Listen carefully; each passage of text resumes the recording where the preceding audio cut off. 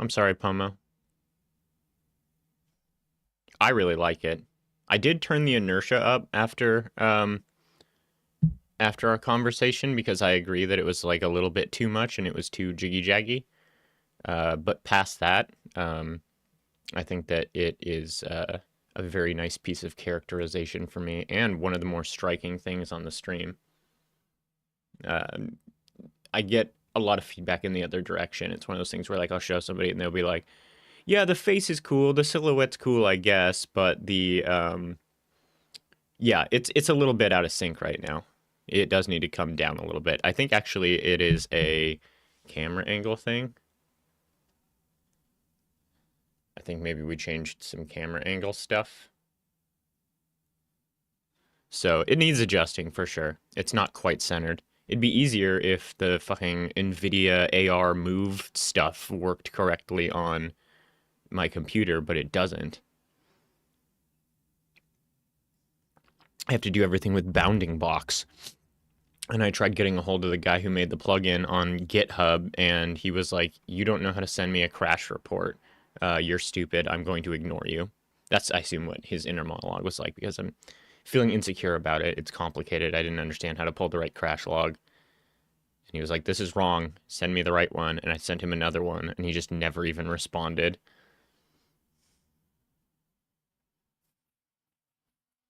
Leaving it random on channel point. Oh, you want me to do it manually like this? Because I don't really care which one it is. And that's another thing where it's actually like what I would love is either A, for the face tracking to fucking work so that it can monitor my expressions and it will actually change based on the facial expression that I'm making. But again, NVIDIA AR Move is borked on my computer and the guy won't fix it and doesn't seem to have any interest in talking to me about trying to fix it. Um, and Yeah, I could also do it as just like a system of hotkeys, I guess, or I could do it word based. Um, yeah, where it's like that makes the other thing I could do is key in a bunch of words on the voice activated part of StreamerBot so that if I say I'm angry, it would switch to the face that is the angry face. But I think that that would require refactoring the entire face system because as it is right now, it is just a slideshow of images being moved.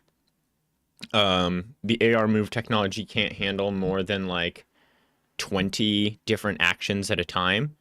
So if I had it on all individual faces that could actually swap out individually, uh, each one would be its own source and each one would need to be constantly moving. So like rather than have one face loaded on one asset that moves around and is doing that, it would have to be however many faces I had all simultaneously doing the work but not actually like being rendered. So it's a little more complex than that.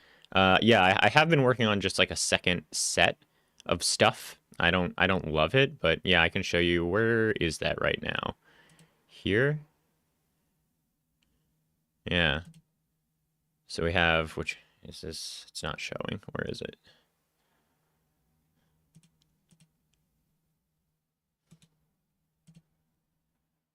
Okay, cancel. Yeah, why isn't it showing? That's weird.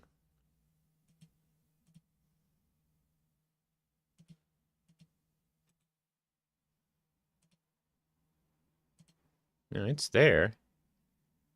Uh, Here will it show it? No. Oh, how funny. I wonder why that's not working anymore. Is it... No, it can't be because it's behind this, right? Hmm. Oh, it's there. It's there. It's just not tracking for some reason. It's rendering incorrectly. See, like, oh, there it is. Eh. It's a little off kilter for some reason. Payday themed UI. What does that mean? So yeah, here's that, but it's like fucking weird all of a sudden. That's not how it's supposed to be.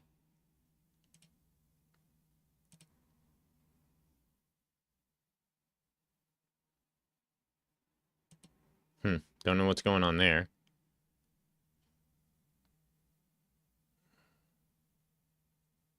That's a new one. Because they should be unified, you know? That's how it was before. What do I actually want for that? Camera and halo. This one has the stroke effect. So I don't actually want this here. Close that. I would want it here.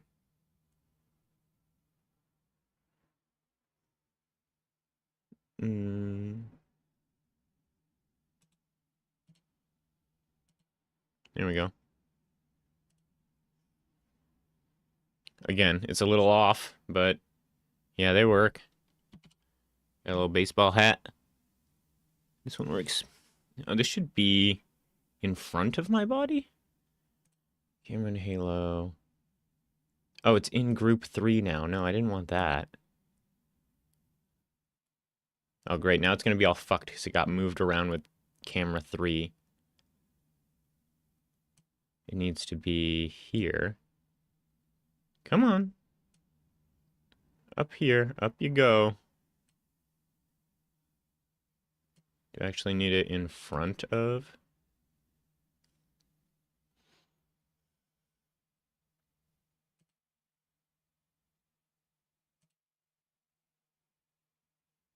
Oh, that's why it started moving. Properties. No, cancel. Filters. AR move. Move accessory. There you are.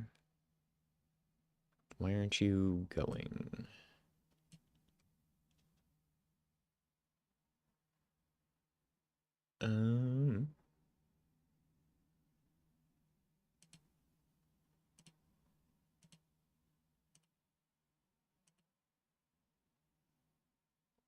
Image slideshow 2 in just camera final.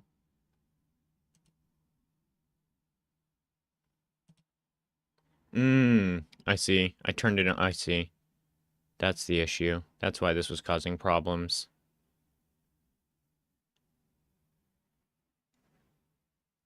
Whoa, you're all funny looking, bud.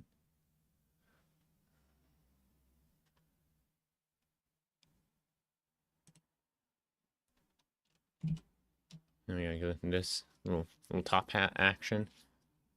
It is kind of also not going quite right. And then these.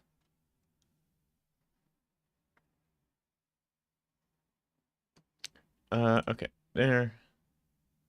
Get rid of that. Yeah, that all looks correct. Okay, let's go do Ableton. Yeah. I assume I will need Ableton open for this. So I've never used this program until yesterday. And so I used to use Reason. That whole abandon Reason TikTok video I made was apparently not just a like gag. I literally abandoned Reason later that day.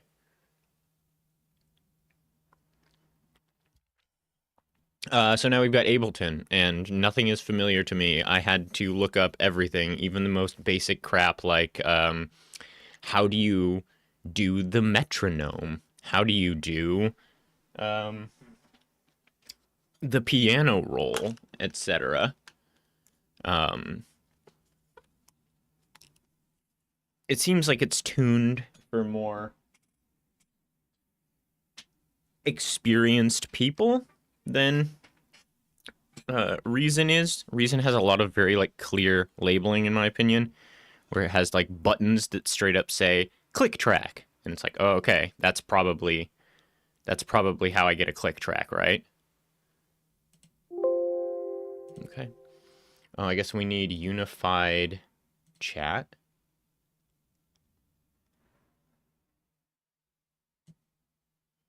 Which holds on to the chat from last time, even if I completely close the YouTube.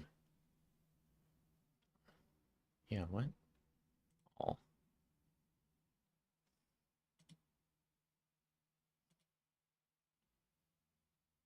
All right. And this is still working?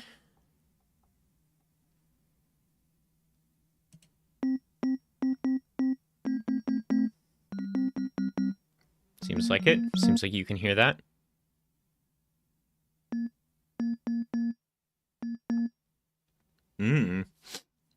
But it doesn't react to... It does not react to the piano. The visualizer is on my mic, and then the other one is on desktop.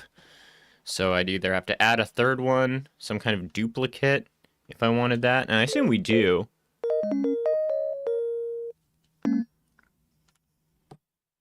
Ugh, yeah. So let's see, what else have I actually figured out? I figured out, so we have like some pianos here, just basic piano. I figured out how to do like reverb. We can add some reverb. It's not very much reverb. Can I, how do I open this? Shirts in the closet. My closet is for old dead computers that I'm never actually planning on using again. Art supplies. I don't think I hang a single piece of my clothing. Oh, I think maybe I do have a suit in there. And maybe like some old coats. But everything else goes in the dresser.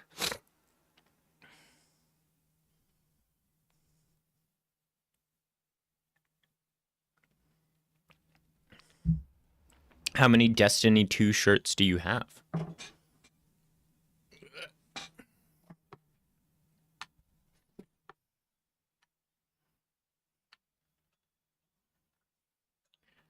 4. That's pretty good.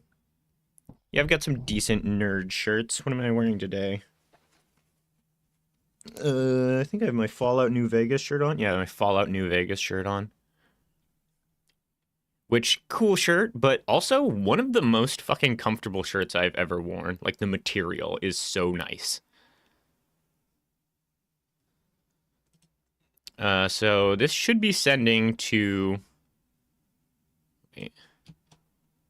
Whoops. Oh, don't do that. That's your days of, Now you hate the shadow creature? Why?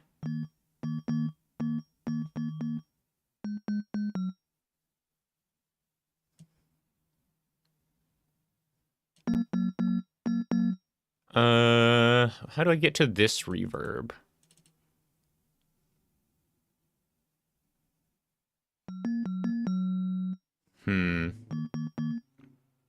Because I know how to do, like... Oh, are we still on the wrong track? There, okay, that's why that wasn't working? Oh,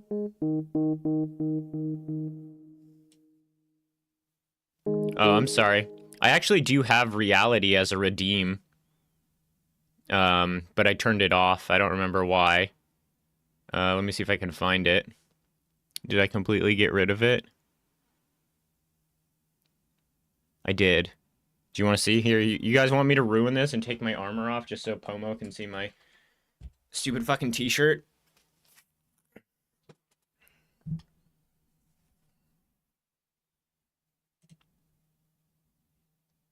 Where is it? Where is it?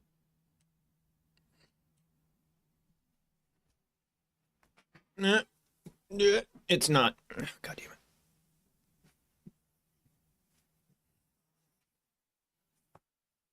See, it's just it's like the logo from the box.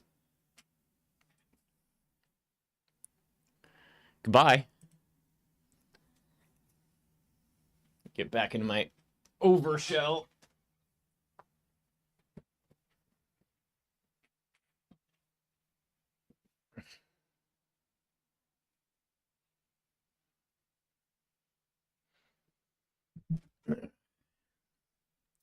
I wear a hood 24 hours a day. I wear a hood when I sleep. Just kidding, I don't do that. Okay. Oh, God, shit.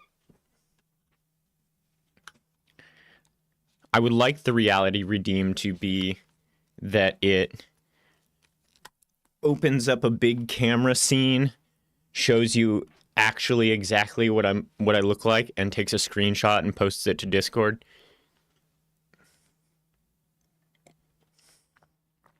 But I also want it to be like a 1,000 point redeem. Like it's something you gotta like work for. Okay. Ooh, I keep almost accidentally pressing virtual keys. So what else did I figure out? I figured out how to work the metronome. I kind of figured out this. What was it? Mixer is like... Control Alt M. No?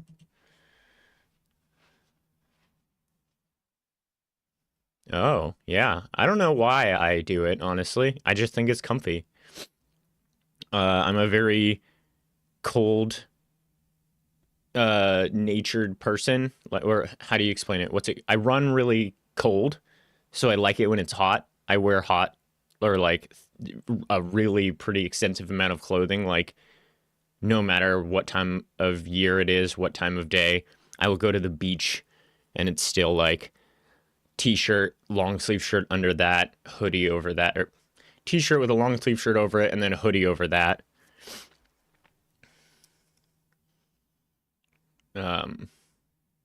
Yeah, I guess I don't know. I started doing it like 6 years ago, and then now it's just how I operate. Okay, I need to figure out how to open this stupid reverb thing. Reverb, there you are. Is that how I do it? This must be this, right? Yeah. I need a little table. Hit up my Amazon wish list for a TV dinner tray for my piano.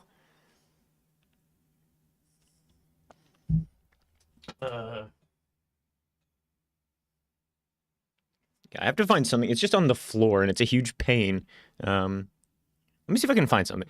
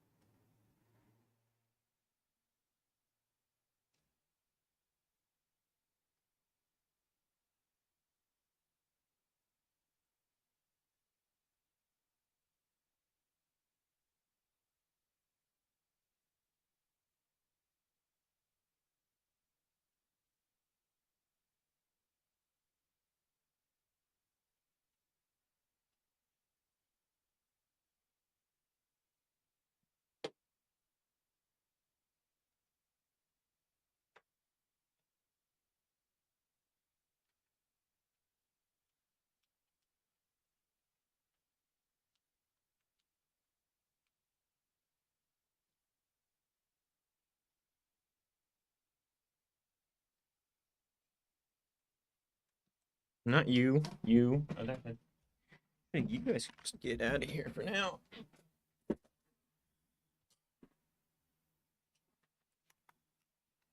Okay, not a perfect solution, but it'll do for now, and it keeps it off the floor. Might be time to get a desk.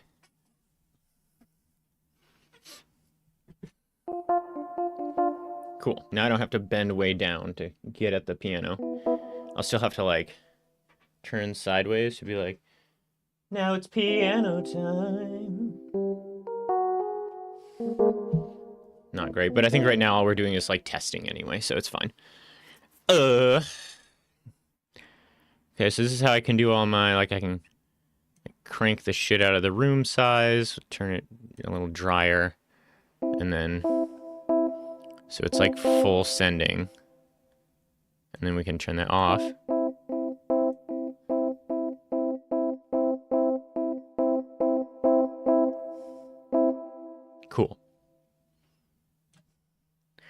I guess what something I would like to do is add a microphone.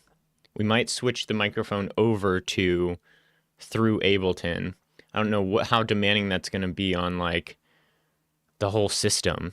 Like, is Ableton's like live monitoring particularly resource intensive? I have no idea. But we are really piling things on. Like, I'm sure the virtual MIDI cables don't really take much, or the router thing, the MIDI router thing. What else do we have running now? We've got Ableton running. We've got StreamerBot's not that new anymore. I guess that's it. But like, I'm wondering how many different things I can fucking stack before the computer starts freaking out. Which reminds me, I'm not in like 360p right now by accident, am I?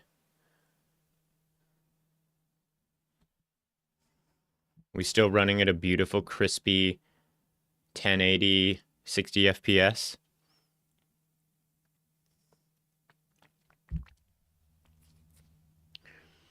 Let's see. Do I want to... Okay, so my choices right now are to either keep trying to like go through this YouTube video and kind of learn the stuff he wants to show us, or add a microphone so that I can start doing microphone stuff through... Man, damn it. Now that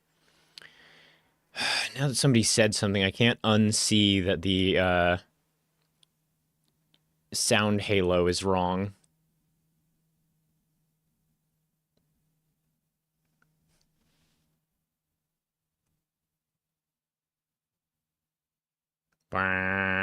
Yeah, it needs to come down. God damn it. Filters. Move halo, yes. Position, that's fine. Difference, it needs to come down. Wait, can I just... No, I can't, because it's not gonna... What? Group 3, yep. Position should be... Difference needs to get nudged a little bit more to the left. And then a little bit more down. Whoop. We could go even less.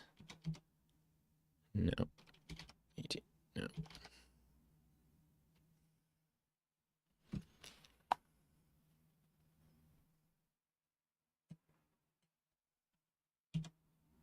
There? Probably about there. Could come down a little more. Maybe 170. That's closer. It might even should maybe be smaller. Did I have scale halo? Is that screwing with it? Move background, move accessory, scale face, scale accessory, move face music. Nope. Nope, it doesn't. Move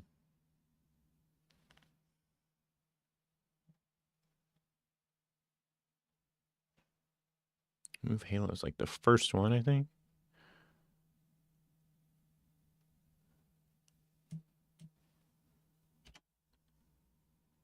There, that's okay. It's fine. It's fine.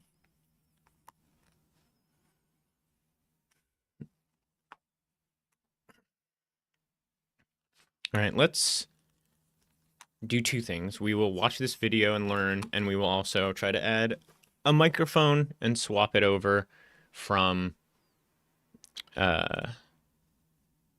the Scarlett hearing the OBS hearing the Scarlett, and we will change it instead to OBS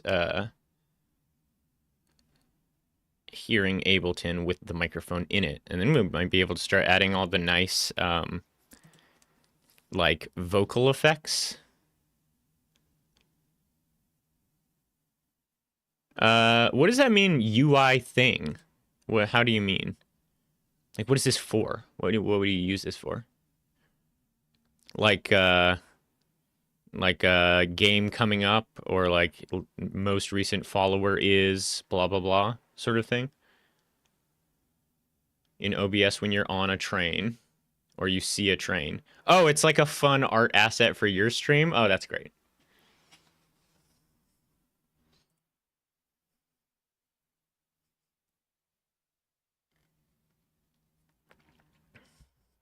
On my marketing list? Why mine?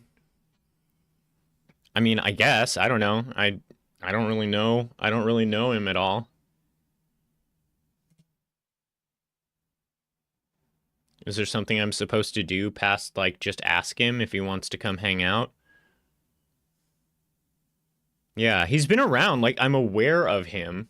Yeah, I was just in his chat because I was like, I followed him for a while, but I think the time that he, yeah, sure. I mean, I guess, whatever, I can do that. I could hit him with that, Twitch collab thing where I go knock on his fucking door right now. Like, hi, you don't know me, but you answered the Discord call for some bizarre reason. Like, can I talk to you about a jam? I wouldn't answer if it were me. I mean, you know, when it was you, Pomo, I was like, oh, it's Pomo. Okay, this person doesn't have ill intentions, but Tiger doesn't know me at all. And I was just in his stream, so it'd be like, huh, I remember this guy was in my stream 15 minutes ago, and now he's like on Twitch calling me. This is, I'm gonna go ahead and say no.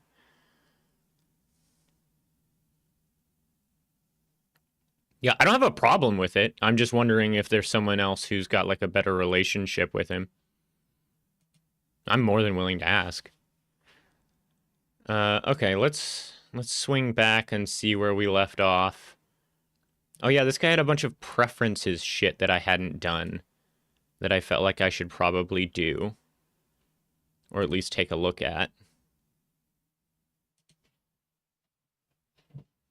And it'll open up a brand new project for you. First things first, we got to dial in our preferences, just like a professional producer. So hit Command comma, or you can go to Live Settings, and that's going to bring up preferences. Now here in the audio section, we need to make sure that our audio input device and our audio output device is set to our interface. For me, that's an Apollo Twin. I have this output device for the screen capture, just to make this video. Loud. But if you're using headphones, just select your headphones, or whatever speakers or interface you're running into. For sample rate, I usually choose 48,000, but you can choose 44.1 if you want, because most record labels. Okay, go in here, options, settings, display and input, zoom. I can probably turn the zoom. Whoa. Oh, old man mode? How old man do I need to be here? I think 100. I think I can just leave it at 100. Yeah, it is set to 180? Jesus.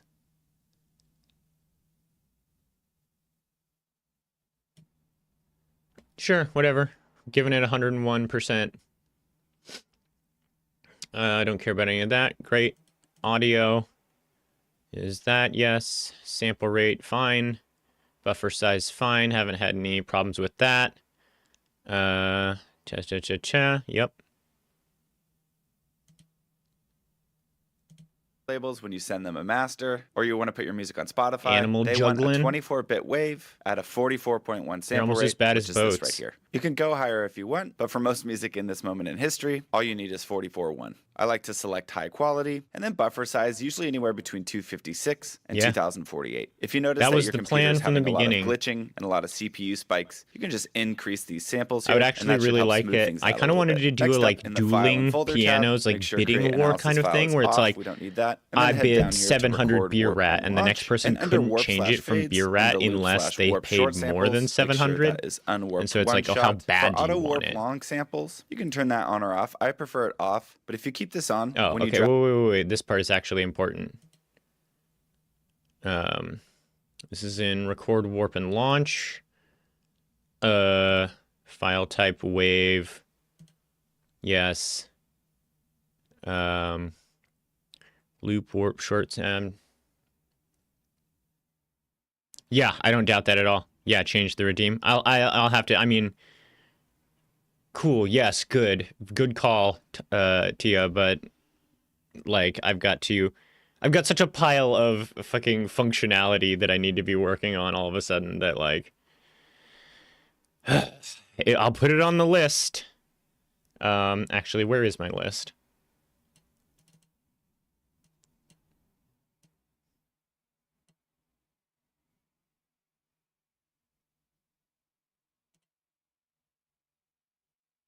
It is a good issue. And this is a lot of work to be done. Integrated, yeah, kind of, no. Didn't solve this. Music stuff, da-da-da. Try to learn some, yeah, maybe. Get DAW and streaming to be happy. That is coming off the list. I think right at the deadline, too. I was like, the deadline for this is February 7th, Nick. You need to get this done by the end of next week. And we, ooh, right at the deadline.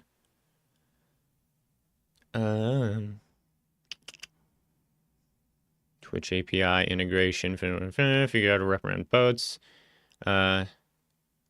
This we kind of worked on. I think it goes here. Integration bot stuff. Dueling pianists style corner buddies.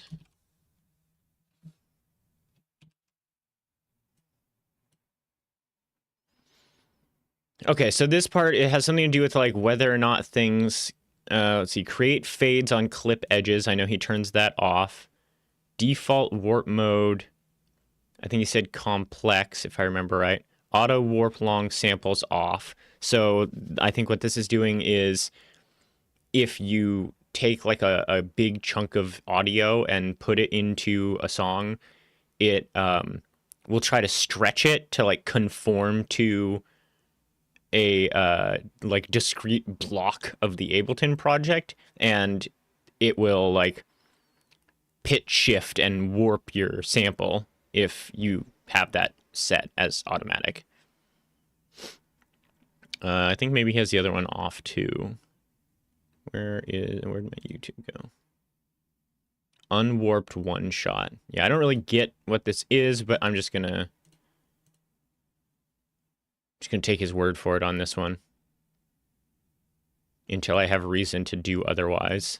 You can turn that on or off. I prefer it off, but if you keep this on, when you drag like a song into Ableton or a longer sample, it's going to auto warp it and automatically line it up to the BPM of your Ableton project. For me, default warp mode, I like complex, and create fades on clip edges off. Lastly, let's go to display and input at the top, and we can adjust our zoom accordingly. I like 180 because I got this big monitor here, and I want you guys to be able to see everything on it. Real quick, it's worth mentioning that if you're downloading a bunch of third-party plugins, in this plugins folder here, this is where you can set your custom folder. We'll figure this out later. We've already got some VST to work. I think I just need to move all my other VST if I even still want to keep using them. It should automatically go to one of these systems folders. Also in themes and colors, their old folders to the new one shouldn't be that hard. I'm going to turn on high contrast so you guys can see everything better. High contrast, is that, what is that?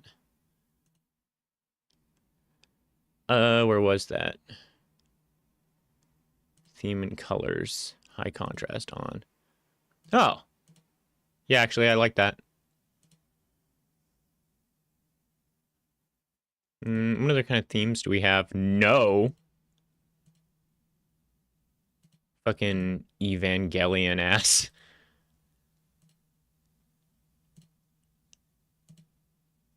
No. I'm not honestly a dark mode fan. I kind of like this one. What does this make me think of?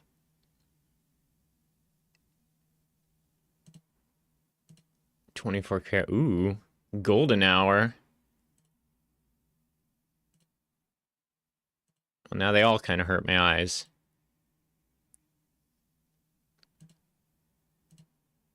I think I like this. What's that? What? Oh, yeah. Did I give for him? Alt tab a lot at night. Okay, interesting. No, I use like regular light mode in literally everything. If it starts on dark mode, a lot of the time I won't change it, but more often than not, everything's in light mode. Text messages, and you better believe I have that brightness cranked up to just like 90 to 100% of its maximum brightness. Just blast myself in the face with light. Probably gonna fuck my eyes up. I mean, my eyes are already a tiny bit fucked up.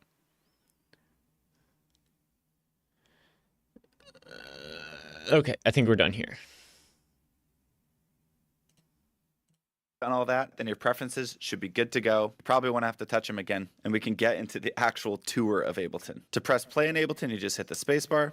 The metronome and the BPM are up here to the left. This right here is the metronome, and when you turn it on and press play, you can hear the BPM of the song. Yep, I had to Google that. How fast it is in beats per song. And if you ever want to go back to 120, just click building a song. I want to think about it linearly from beginning to end, and then adding all the different layers and see how the brain works. And when I'm building, if you press tab, this is arrangement. Oh, right. View. This is showing me. So this is showing me. I'm just kind of repeating it back to all of you / myself so that I can make sure I'm actually absorbing it.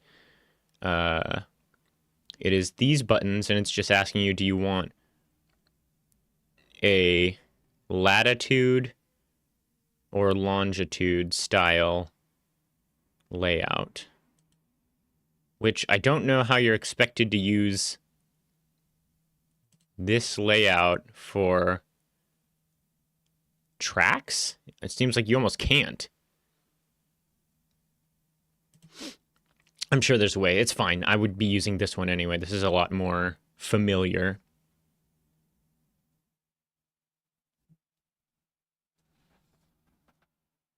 The other layouts for live performance. Oh, I see. So you wouldn't have any like MIDI control, whatever, loop, whatever. It would all, it's just basically, oh, that's why it says like new live set, because Ableton isn't really meant to be, is Ableton not really meant to be like a song maker first and foremost. It's like,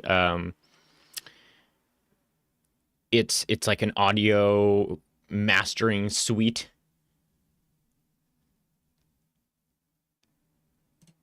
Anyway, I think we'll be using this one. It's fine. I don't need to think about it too much, probably. And then this is how I just open and close my mixer. And apparently this is new. He says in the video this part is new. New to probably 12.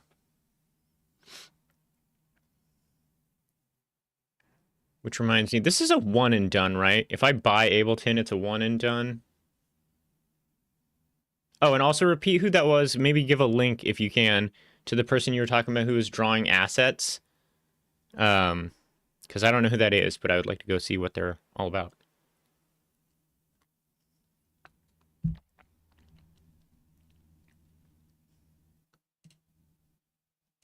That's how my brain works. And when I'm building a song, I want to think about it linearly from Ableton to produce music instead of DJ. I would highlight in Ableton 12, we have this update. We're down here to the right. We kind of have a cool way to mix stuff. Mixer view. I haven't had much chance to wool, and we've never had ones we're going to live. Right here in this middle area. Now there are 3 types of tracks in Ableton. Something like this hi-hat here.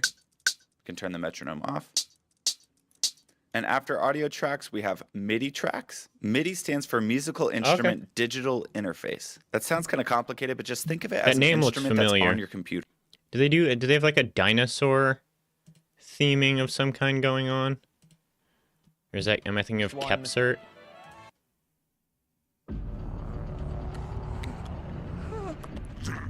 I'll be back when I can.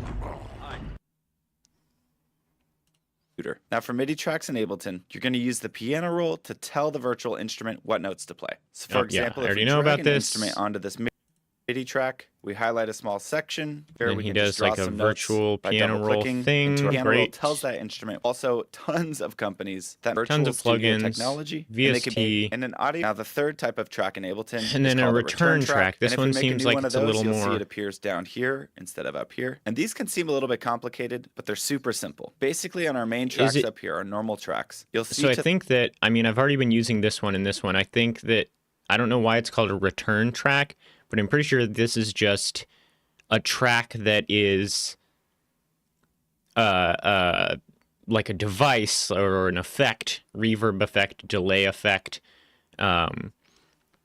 that you can send Like now that he has his return track, he has 3 up here, so he can send it to that instead of just to main.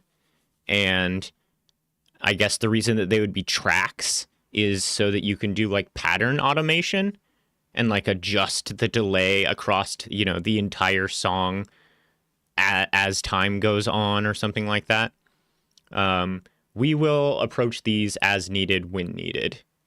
To the right, you'll see these 3 boxes with a But I did learn about infinity this from symbol. this What chunk of the happens video. I've already is, watched as this we first place like third. all the way down here through these return just opens stock like this. So as we turn up the verb, just understand that Ableton comes default with 2 return tracks, one right here and one right next to it. This one will turn up add some keys, so more precise. Although based on what I just said, you probably won't have to do that very often. You can also just click and drag, and you can press delete to bring it back to 0. Okay. Wait, which one? What is this one? All right, now right above these return tracks, you'll notice this is the fader where it says 0, and this is how you turn tracks up and down. Okay. Minor increments than 1. Shift, you can just click it. You're doing great. Audio tracks, there's MIDI tracks, and this is how you turn them up and down. And that brings me to our next topic, which is going to be effects. Let me solo this hi-hat sound just by clicking the little S right here.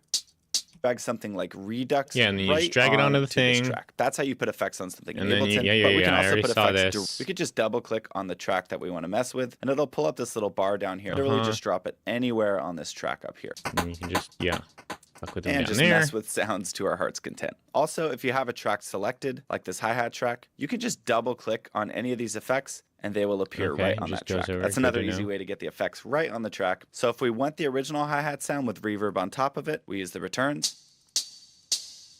That'll keep the regular hi-hat in there, but if we want to bury it, we can just drag the effect right onto the track.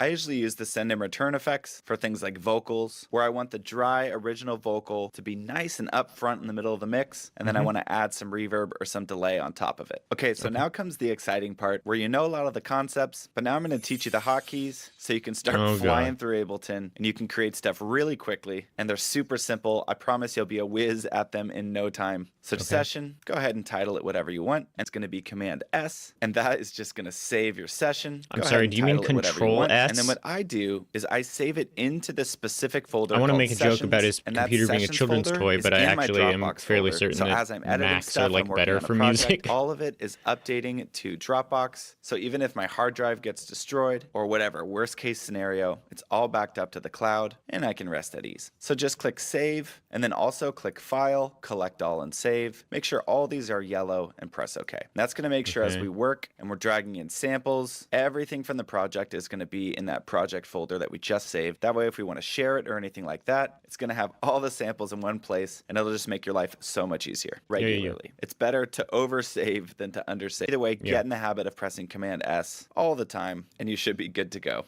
All right, so let's get into the main hotkeys that I use. Command T is to make a new audio track, and Command Shift T is to make a new MIDI track. Audio tracks are for samples, MIDI tracks are for virtual instruments. And to make a new MIDI clip, you can highlight an area and make a new MIDI track. Audio tracks are for samples, MIDI tracks are for virtual instruments. And to make a new MIDI clip, you can highlight for an things area like this? and press Command Shift I don't have time to put my to right click and choose something from a menu. Just by double clicking, just like I showed you before. You can highlight a note and press Command D to duplicate it. You can also press Command C to copy it, MIDI and then track. click anywhere and press Command V to paste it. And you can highlight multiple notes, copy and hold paste, Shift and use the left and right arrow keys. Wait, what does to make them duplicate longer do? or shorter. You can also press Command C to copy it, and then click anywhere and press Command V to paste it. And you can highlight multiple notes on your piano roll just by double clicking, just like I showed you before. You can highlight a note and press Command D to duplicate it. You can also press Command C to copy it, and then click anywhere and press Command V to paste it. Okay, so and you Control can D is notes, like a control. It's like a copy and then a paste, keys just one to right make them after another. longer Got or it. shorter, all at the same time. And this copy and pasting method works great for samples as well. So I can just click on this sample right here, press Command C, click anywhere on the grid, and press Command V, and that's going to paste it just like this. Super easy. And you can click on a sample and press Command D to duplicate it. It does seem unnecessarily fine-grained. We want these all to be one clip instead of 4 separate clips. I'm going to let him say all the stuff he's going to section say. I don't want to and miss press Command J, something. and that's going to consolidate it. Consolidate? Now it's just one clip. And You let's say mean we wanna join? slice these up Is again. like All you have to maybe do is a click better section word, and join? Press Command J, and that's going to consolidate it. Now it's just one clip. Wait. Super easy. And you can click on a sample and press Command D to duplicate it. And let's say that we have 4 hi-hats here. And we want these all to be one clip instead of 4 separate clips. We can just highlight that whole section and press Command J, and that's going to consolidate. Now it's just one. Sure, you don't want to do like concatenate or something and make it really fucking annoying and confusing and misleading. Just like that. Now it's all sliced up again. Command Z is to undo. Command Shift. Yeah, Control Z is undo. Great. Okay. Does this have any actual hotkeys I care about that are not hotkeys that are in every program ever? Rest assured that these hotkeys are pretty universal on most programs. Command Z and Command Shift Z is to undo and redo, and things like copy and paste are pretty self-explanatory. Also, if you're using a PC, just substitute Control for Command. And please hear me out, guys. If you commit these to memory, you are going to be flying through your projects and getting what's in your head to come out of a pair of speakers so much faster instead of just sorting through menus trying to figure everything out. So believe me when I say flying through my projects right now. And real quick, mostly I'm just asking for the tour. I would seriously appreciate it if you consider subscribing and just giving me the chance to help you make the best music that you're capable of. It's totally free and it can help you a lot. Okay, sounds into Ableton in the first place. Well, there are 3 methods to getting sounds into Ableton. One is dragging samples in. 2 is recording sounds into Ableton. And the 3rd is MIDI, which we just discussed, using virtual instruments to create sound within Ableton. So samples, recording, and MIDI. For samples, it's as easy as dragging and dropping. But Ableton comes with a fair amount of samples. So Ableton 12 has this new filters area, and we can utilize this to find exactly the sample that we're looking for. So let's say we want to find a kick. We could just select one shot and then kick, and then click here. Find that's to zoom in and out on the Ableton timeline, just hover your mouse right here in this gray area till the magnifying glass comes up, and then click and drag up or down. Super easy. Yeah. No, I think that's the line you got right. Like you can't do any assumptions. You just gotta talk about all of it. By dragging these little squares, just like this. You can even fade one clip. Whoa, what are we doing here? This looks interesting. Super easy. Also, quick pro tip, when you do drag a sample in, you can shorten it by dragging the top edges of the clip. And you can also fade it in or out by dragging these little squares. Oh, okay. Oh, that's going to be really useful. Into another if they're long enough. Crossfading. Yeah. Okay. And I'm going to go ahead and make a quick little pattern. I'm going to highlight these samples and press Command D to duplicate them. And I can press Command T and wait, so then what's the other? Instead of kick now, we can switch this to snare. Oh, that was like start. It was like low end of sample. All I'm doing is just programming a drum pattern, making sure everything's on the grid, and I'm making it 2 bars long. A bar is just 4 counts, like 1, 2, 3, 4. That's you can't hear it. And so this drum pattern is 2 bars long. Gotta play some piano. We can highlight the 2 bars, press Command L, and that will loop everything. Control L to make everything the loop. Okay. Twice as often. That's actually very useful. Command C and Command V, copying and pasting, or I can literally click on the sample, hold Option, and drag. It's another way of doing it. And also what you can do is you don't have to make a brand new track for every single sample. You can just drag and drop it into this area right here where there's no tracks, and it'll create a brand new track for you. Okay.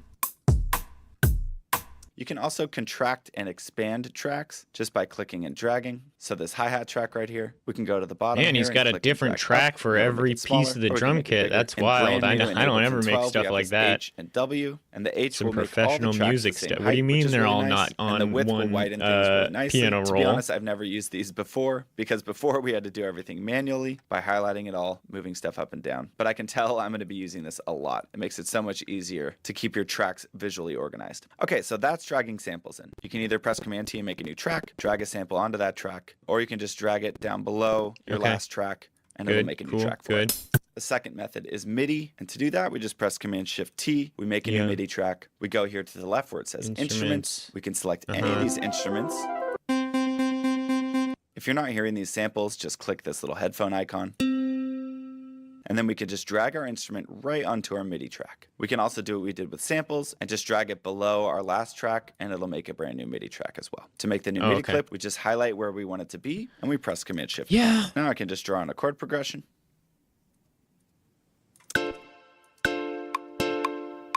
If you don't know how to draw in chords, I have a video on music theory for producers. It'll teach you all the theory you need to know in order to produce great professional quality music. So if you need that lesson in theory, just go ahead and click right up here. Open it. We might eventually. And then come back to this. Quick pro tip for MIDI: instead of drawing in all these notes by double-clicking them, you can actually get a use MIDI your computer controller keyboard as a MIDI keyboard. Just make sure that your MIDI track is armed by pressing no virtual keyboard. to the right. And then right I gave above up the that, virtual make sure that keyboard. this little piano I don't want to icon ever is touch it ticked to again. yellow. I And accidentally as long as you have keep an hitting instrument on this hotkeys in MIDI track, Ableton the because I'm like, computer keyboard will let's play test those notes, and I mash a bunch of fucking buttons. And you can record onto this MIDI track just like an audio track. I am so by making sick sure of the track virtual is keyboard. armed, just like this, clicking record up here, and then playing in your part. Also, if your click is too loud or too quiet, you can turn that down right down here, right to the right of our master fader, this blue right here. Mm-hmm. That's not how I found it, but thanks for letting me know. All right, so I want my chord progression to be longer. So what I can do is highlight how long I want it to be and press Command J, and that's just going to consolidate this whole area into one MIDI clip. I can also click and drag on this triangle to expand. Why does our it? Loop. And I'm going to finish drawing in our. I can Hold also on. click and drag J, and that's just going to consolidate. So what I can do is highlight how long I want it to be and press Command J, and that's just going to consolidate this whole area into one MIDI clip. I can also click and drag on this triangle to expand our loop. And I'm going to finish drawing in. Oh, he's adding more. I see. I thought it was gonna like stretch the existing thing. Lovely. And if we want to mess with this sound, we just double click on the track where it says Basic Nylon here. And then at the bottom of Ableton, the sound will pop up and we can play with these parameters. Yeah, cool. And some instruments in Ableton have the ability to click on this little circle right here, the second black circle to the lower left. And we have all these other parameters that we can mess with. Damn. That's a lot of knobs to twiddle. So basically just remember that MIDI is a virtual instrument and we use the piano roll to tell that instrument what notes to play. So we drag samples in, we have MIDI, and then last but not least, we have recording. To record into Ableton, we can just make a brand new track, Command T. I've already done that. We want to make sure that the track is armed, meaning this little record icon right here. Okay, so wait, he made an audio track, not a MIDI track? Right here, check, 1, 2, 3. We can see our levels going into Ableton. We want to make sure that we're not peaking. This is the thing we want. This is the thing we originally showed up for. I mean, I've already got 2 blank audio tracks. Can I just use one of these? Let's pretend I can. Let's operate as though I know that I can. I'm getting super loud. Oh, how are you getting this?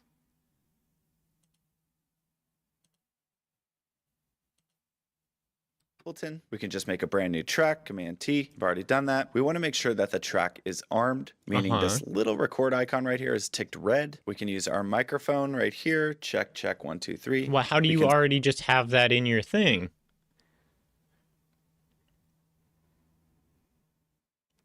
We've been going over this step by step with you, my man. Oh, I am.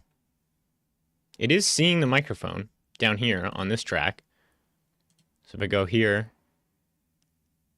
it seems like it's showing it. There. Ooh, sorry. No, you can't hear that. I can hear that. So if I turn this off, volume warning, this might get loud.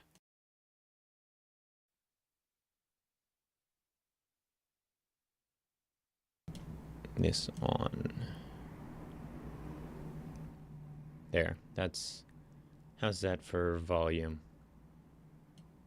Why? It's working, like, effortlessly. Except I'm in my own headphones now, and I would rather not be monitoring myself. Oh, we can add a bunch of reverb to my voice really easily now. Hello? Is there anyone down here? That's cool. We also just lost the noise suppression and the compressor, which I will have to add back in.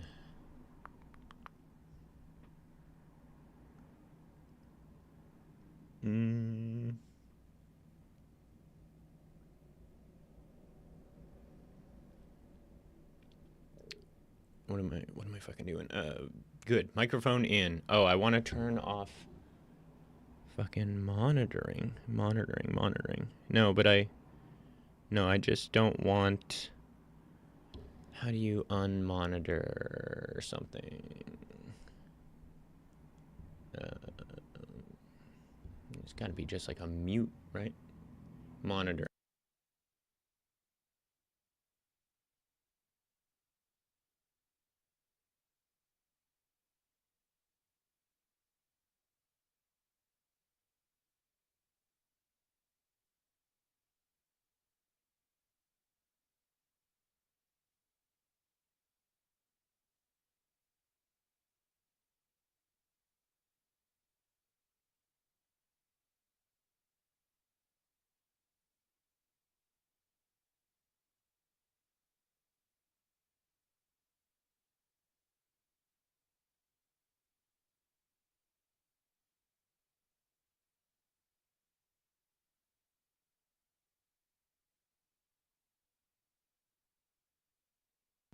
I see what you're saying.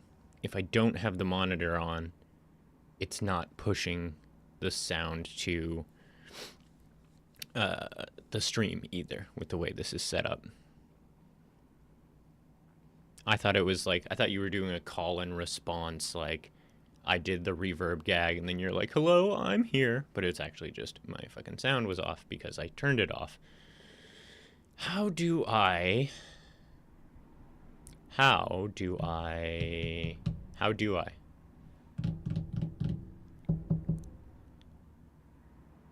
That might be difficult. Actually, what if I just turn this all the way down? Are you getting that? Can you hear that? Yes. Yes, you can still hear that. But I won't... That's an interesting one. Well, we've got the mic in, so that's a step in the right direction. Let's try and finish off this video.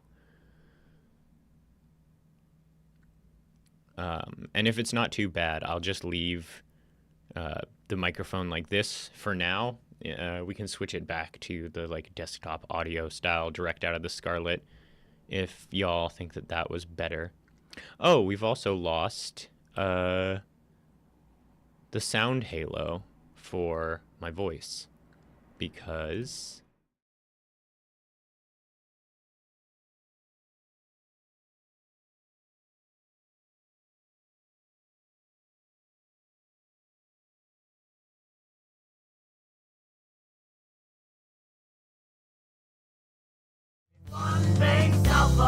Yeah.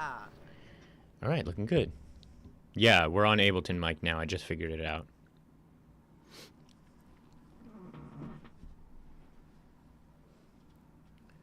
What's been your experience? Yeah, that's the thing. Is like, I mean, I was never that good at Reason. But I at least kind of, through years of muddling, sort of kind of figured out where all my stuff was. And now I feel like I have to relearn all of that.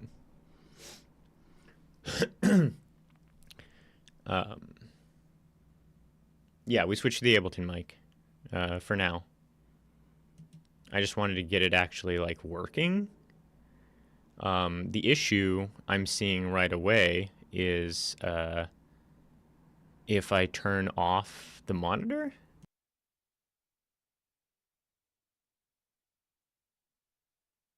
then no one can hear me. So the monitor like has to be on, which means either I turn the sound down in my headphones. I'm not sure. I'm not sure how I want it to be. It's here now, but it's not set up quite right yet. Then switch to... Yeah, I think that my first DAW was Fruity Loops as well when I was like a teenager. And then I switched to Reason 10 years ago, something like that. And I've been using it up to this point.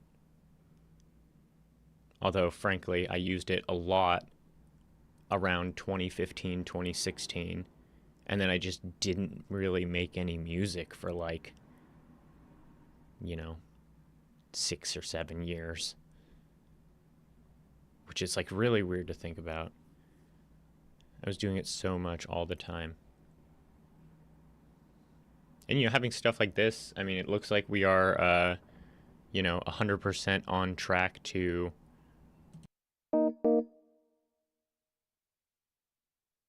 in? Okay, yeah, that's how it's got to be, so that you can hear that, right? Yeah, you can hear that. I need to go up a little bit. Seems like my voice is way louder than the gear.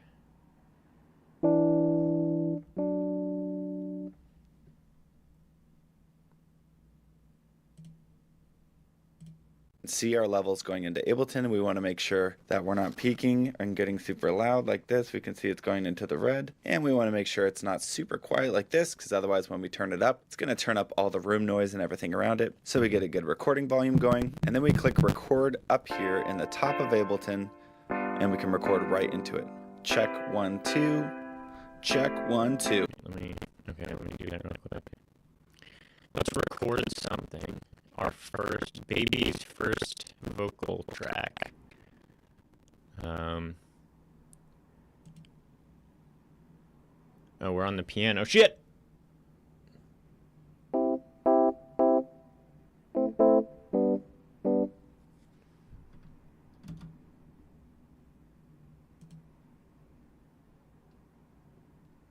Go back. Wait, no. Wait. Go back. No. Oh God, what did I do? How do you... Where's my, like... how do I describe it? Where's my... You're getting choppy mic? Oh, it sounds okay in my monitor.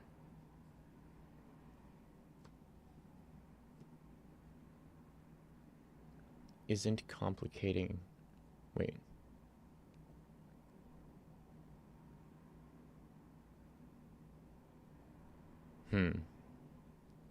Is it because we're doing this? How about if I make it like that? Did that fix it? Oh, when you're watching the video. Okay, interesting. We'll have to sort that at a later date. Yeah, it's probably just that they're trying to like fight each other. Do I have this on? What would happen if I switch this to the Focusrite? Is it gonna hate that? I think also you will no longer get desktop audio. You might get the synthesized audio from this thing. No, you're not getting it anymore.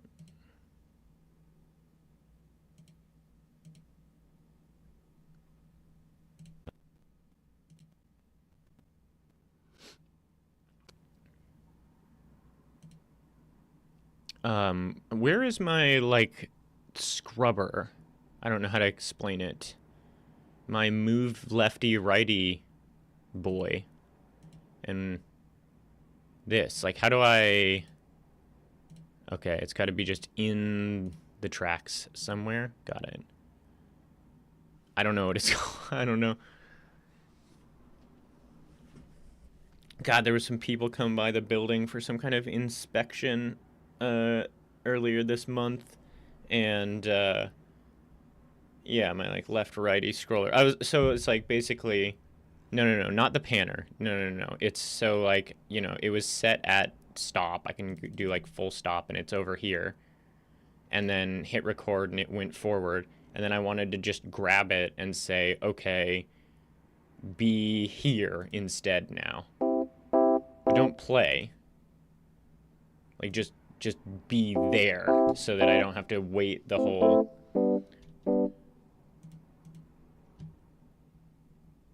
But how do I move like this line? How do I choose? It's just like, no, because see, I don't have the whole thing anymore. Oh, it does start from there.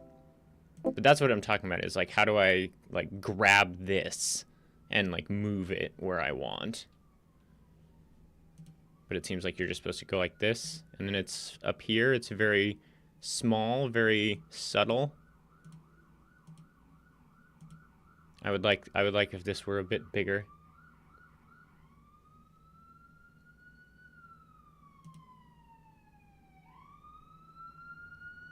Probably won't end up being important.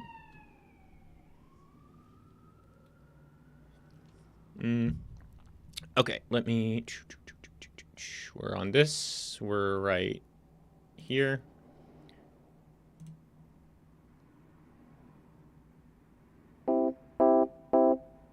Baby's first vocals. Oh, look, there they are. Baby's first vocals. Sounds great.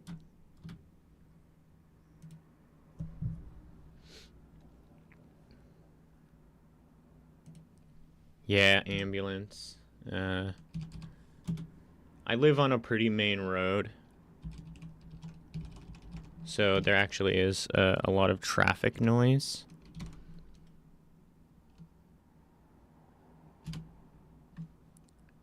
What audio effects do you have in your Ableton version? I couldn't tell you. Is it? No, it's fine.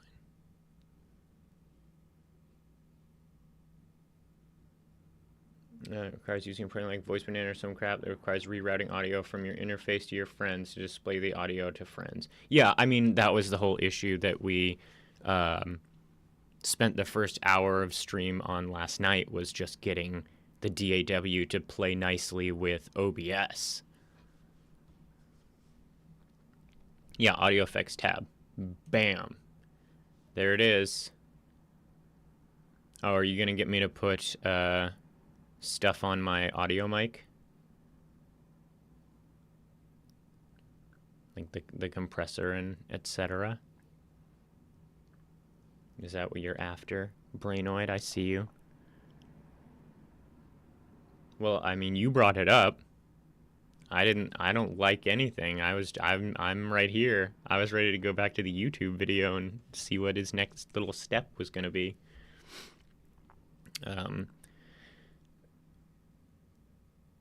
You can't see the effects properly. Oh yeah, they're behind chat. What are you looking for? What are you hoping to see? I mean, I can show you. It's I can't show you easily.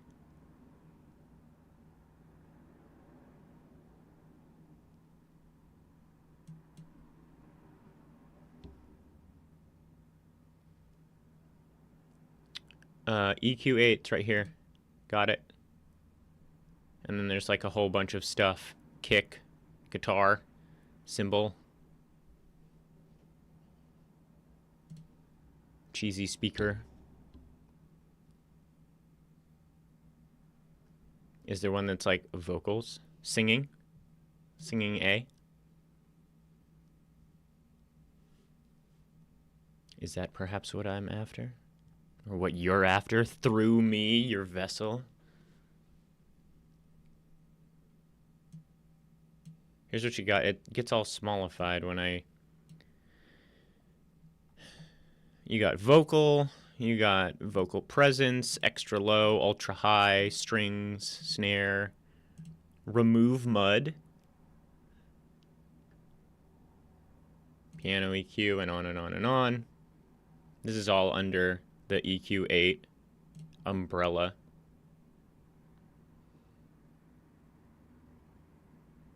The entire folder? Okay. Onto this track, the audio track. There you go. Oh, look, a waveform. Hey, waveform. I'll wave back. Oh my god, that's such a stupid joke. I see. Oh, okay, so now we can go, what, into this and just choose a preset? Is that this button? Change the drop down of 1. This?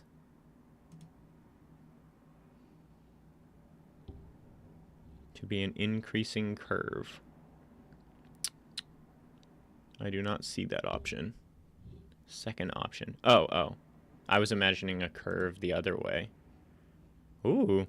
Oh yeah, that, I was like, that fixed the peaking, but not completely. I'm getting, like, text message after text message right now. Let me go check my phone, and I'll probably go smoke, and I'll be right back.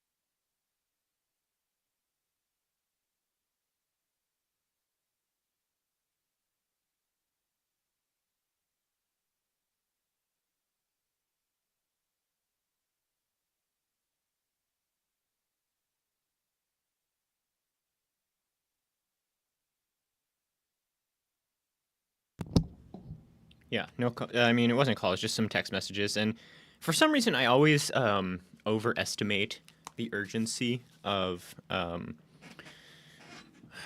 damn, I should fill my coffee.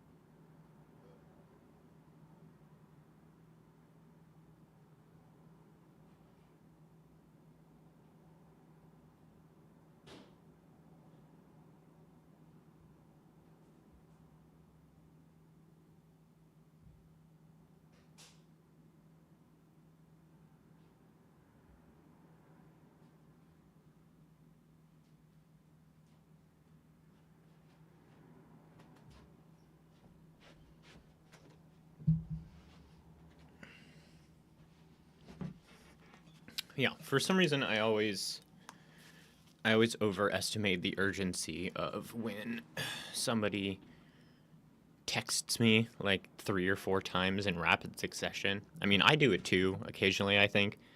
But for some reason, like one text message, it's like, oh, I'll check that, eventually. But if it's like, ba-bing, ba-bing, ba-bing, ba-bing, I'm like, oh, someone's panicking. Someone's like, please, enter. Nick, enter.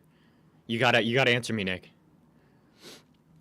Okay, so I put this up to about 100. And just, I want to try and wrap my head. I want to make sure I'm doing things and I kind of at least understand what I'm doing and why. What we've done here is cut off all of the low end frequencies of the vocals because my voice is not going to tend to have those frequencies in it. So it's better to just shut them off. It's like a. Yeah. Okay. Is this high enough? Should I go more? It's like logarithmic, right? Can I zoom in closer? You said you would 200, but so that's here, more like here.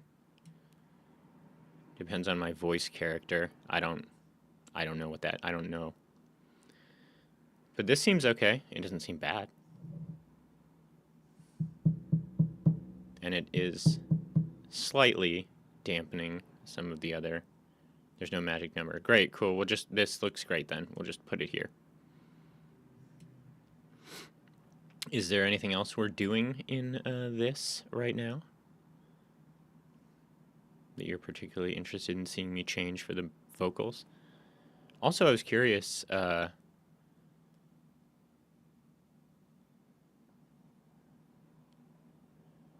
Are you playing any more of those Boss Rush Jam? We can. The plan actually later tonight is to start in on 1-bit jam. But if you've got a Boss Rush game that we didn't get to, I'd be happy to play it tonight when we're playing games. And if you go into the Discord server, there is a channel specifically called Work Orders that is set up in such a way that people, it's like, hey, this isn't from like a jam you're doing, but like maybe you want to play it, and at least like once a month we try to like dig through all of that stuff. You'll start to hear around that node. Wait, there's a headphone icon in the EQ panel. Yes. If you click that and start dragging a node, you'll start to hear around that node. What do you mean?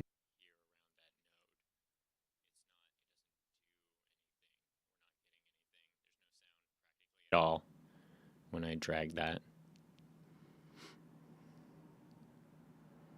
Drag it very high, move it left and right, you can spot the problematic frequencies. Oh, right, so if I'm getting like a whine or like a ground signal problem, I can like attenuate it. Is that the word? Yeah, so if I bring it way up here, then we can kind of like get a sense of, yeah. I don't know what frequencies we're looking to eliminate. It seems okay to me. Is there some frequency you're hearing that I'm not hearing? Because I mean, I don't know. I'm not trying to adjust any of this. Yeah, Bum, what's your game? Put a link in for us if you would. Sakura, let me address this. 1.5 hour long VOD of you playing a jam game working called Sunny Way, and it was unironically awesome to watch. And this stream struggling in Ableton's been really relatable. Well, thank you. I do enjoy failure quite a lot.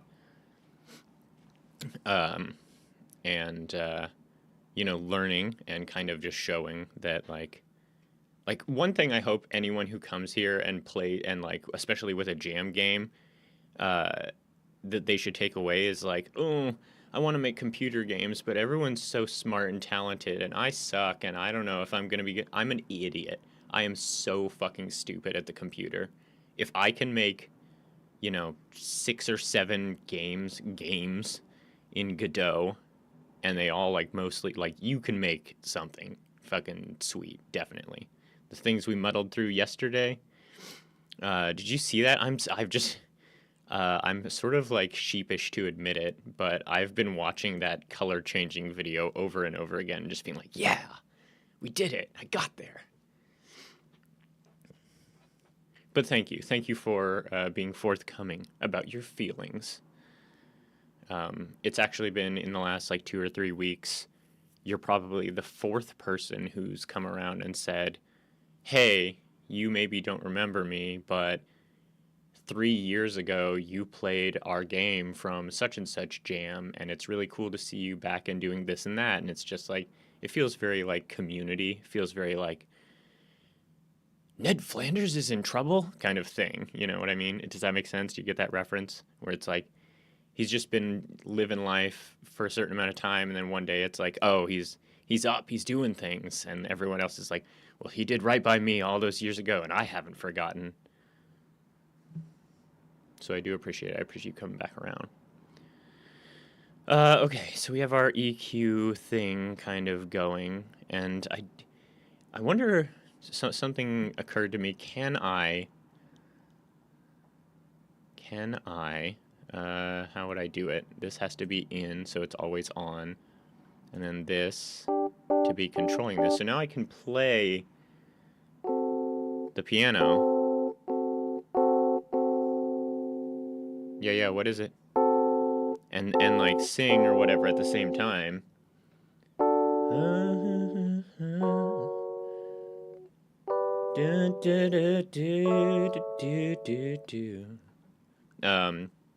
But I'm wondering if it is possible to record vocals and instrument simultaneously.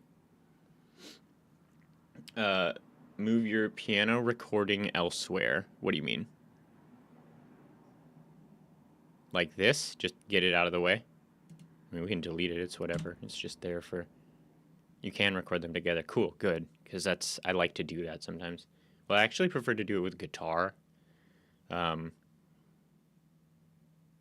I play guitar, it feels good because you've got this like big body up against you that's like resonating a note, and I feel like it really helps me hone in on where I want my vocal notes to be.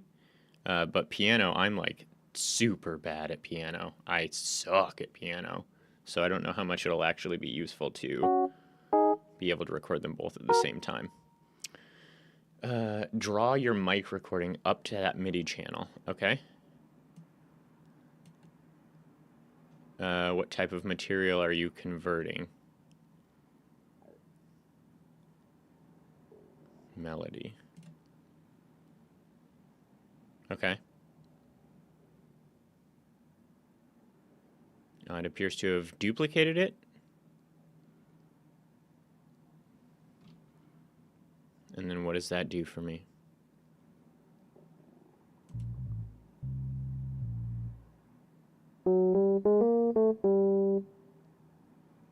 Wait, what?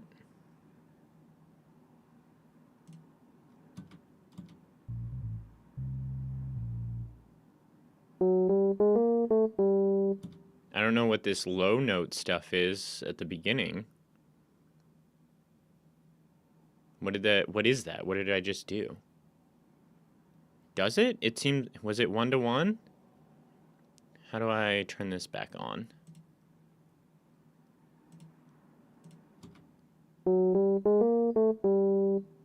No, nice. Yeah, but it says in auto. Okay.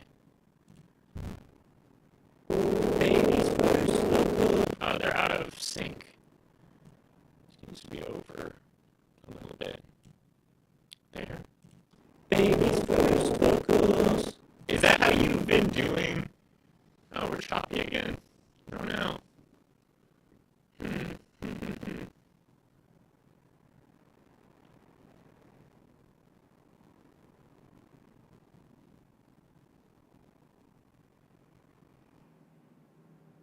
It's possible.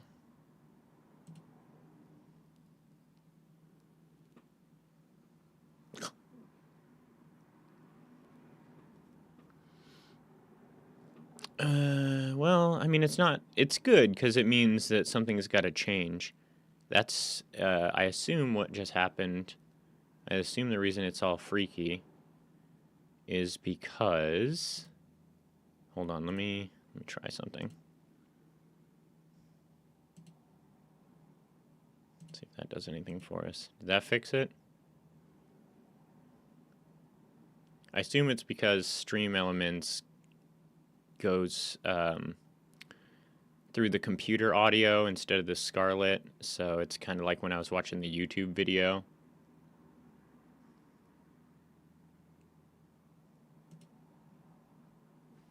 Let's go ahead and save this. It was fixed before you changed it? Oh, it gets... Oh, okay. So, yeah. Oh, I see. It was not a persistent thing. It just, like, they kind of, like, bashed up against each other for a second when it played. That's fine. We'll have to figure out a way to switch all that stuff over anyway. Because, yeah, it's just the nature of the way things are set up. It's like we're in a transitional period right now from desktop audio / Scarlett to fully Ableton, and I think that it is just that's not how you're supposed to set it up, and so it's causing problems. Presumably, we should be able to change... What would we change? We would just want maybe if I put this to the Scarlett, and then I switch desktop audio also to the Scarlett.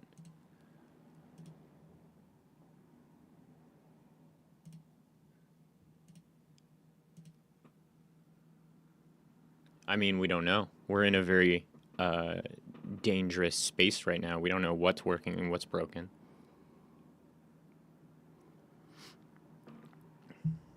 We tried to add restreamed desktop audio. Filters. No, it's still in here. Whoops. Whoops-a-daisy.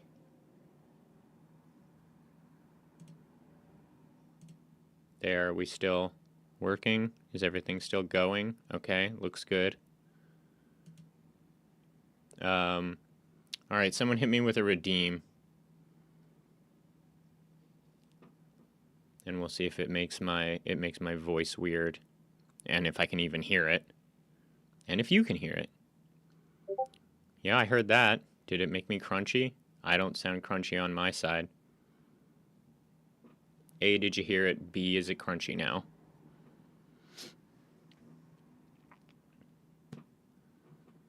Yeah, it's probably because... And that's probably the reason I'm not getting it in my monitors. Sounds good. Good. We fixed it. See?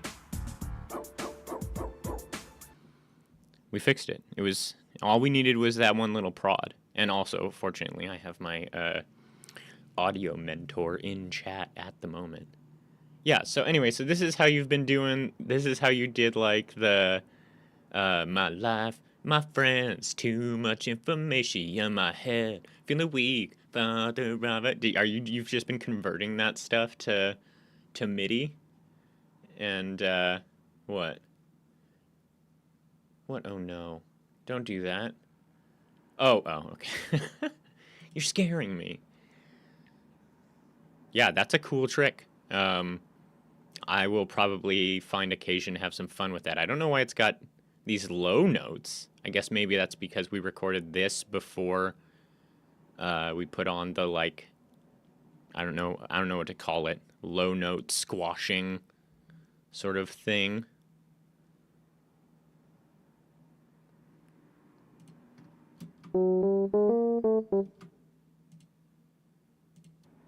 Baby's first vocals. Okay. Yeah, that doesn't surprise me. It's like a design thing. Like 1-to-1 is rarely ideal, right? In like any design, visual design, audio design, whatever. It's like, well, I made the square, circle, and triangle all the same size. It's like, well, that's not how the brain works. The brain wants the triangle to be bigger because its like shape is smaller. They should have approximately the same surface area, not like literally the same height dimension. It's just like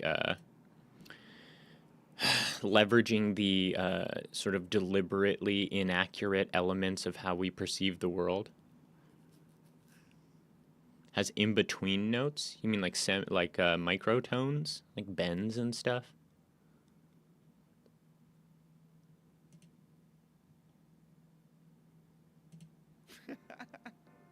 So there is a whole world around recording and engineering and that kind of stuff. I'm not going to get into it here, but I just want to show you to record stuff in Ableton, you have to arm the track you want to record on, and then you have to click here up top to start recording. Also, if you want, on the metronome, you can click the little arrow and have a count in. And that way it'll do a little count in, then it'll start recording. So like this.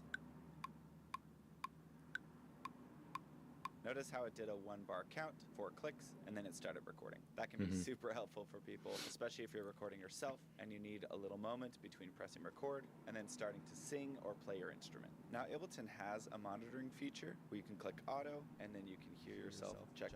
The problem with this is that there is latency, meaning I say something into the mic and then it gets processed through Ableton and then it comes through my headphones. There's not that much latency, at least for me. I'm saying it, and that can be kind of distracting because you hear your voice or whatever you're recording twice. For me, I use an Apollo Twin, and that has monitoring built into it. That way I don't have to use Ableton's monitoring. But if you're getting a lot of latency and you have to rely on Ableton's monitoring, then you want to use the lowest buffer size possible. So that would be 32 samples, but that is really, really low, and you'll probably get some CPU spikes. So it's kind of a tricky process. But another easy way to hear yourself while you're singing and recording is just literally take one of your headphones off so you can hear it directly. I've had to do this for years before I got an Apollo Twin, and it worked just fine. Okay, so now you know the Ableton basics. You know how to create new tracks. Well, see, now this is an interesting... So, the way we have it set up right now, we have Ableton, and Ableton is pushing sound to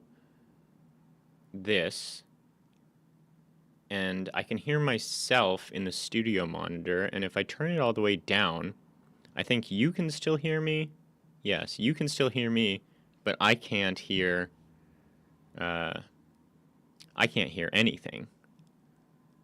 So actually, wait, if we go, I wonder if we can go back to desktop audio as speakers to see if it was actually that that Restream VST plugin that was causing the problem.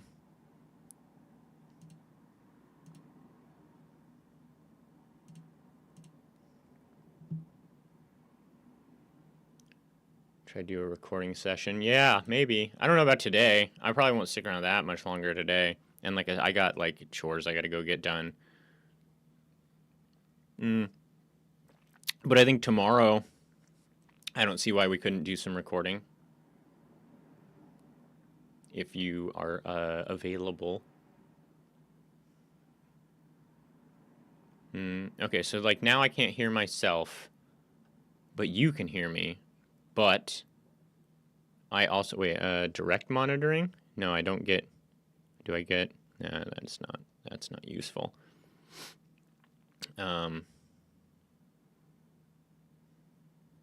Okay. I better straight up copy paste this now, because otherwise I will forget. What is this? Is this like something that lets us like,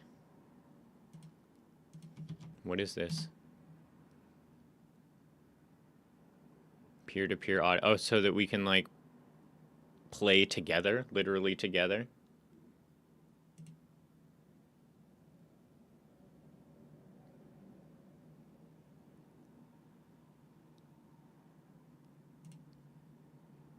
Okay, I'll install that later. Or I guess when I see you tomorrow, or whatever. Yeah, I mean, we're like literally, aren't we like practically Earth sandwich? I guess we're both in the northern hemisphere, I think.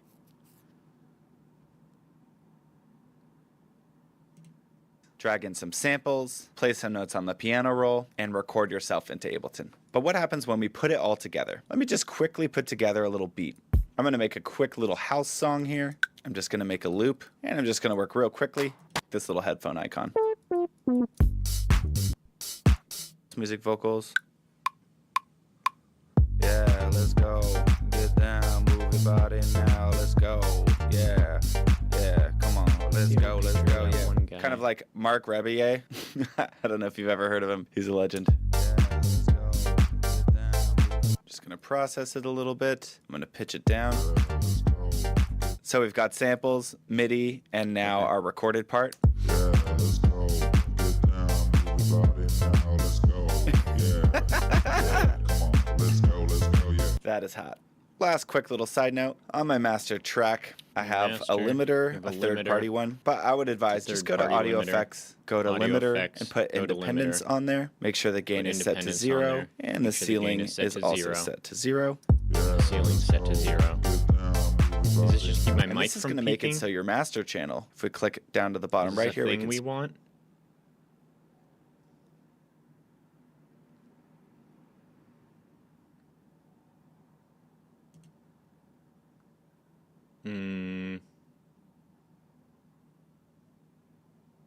Is there? Is that like a thing we actually want though? And it's on main. And then what did you do? Audio effects, limiter, independence, and then this just goes here. And then what else did he do?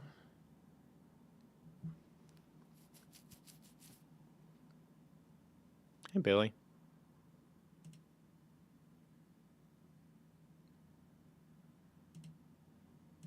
See our master channel now. Yeah, let's go. Right here where it says main. Yeah, let's go. We don't want that going above 0 because when it does, audio quality starts to degrade. So that's why we put a limiter on the master. And another thing we can do is Wait, did I do the...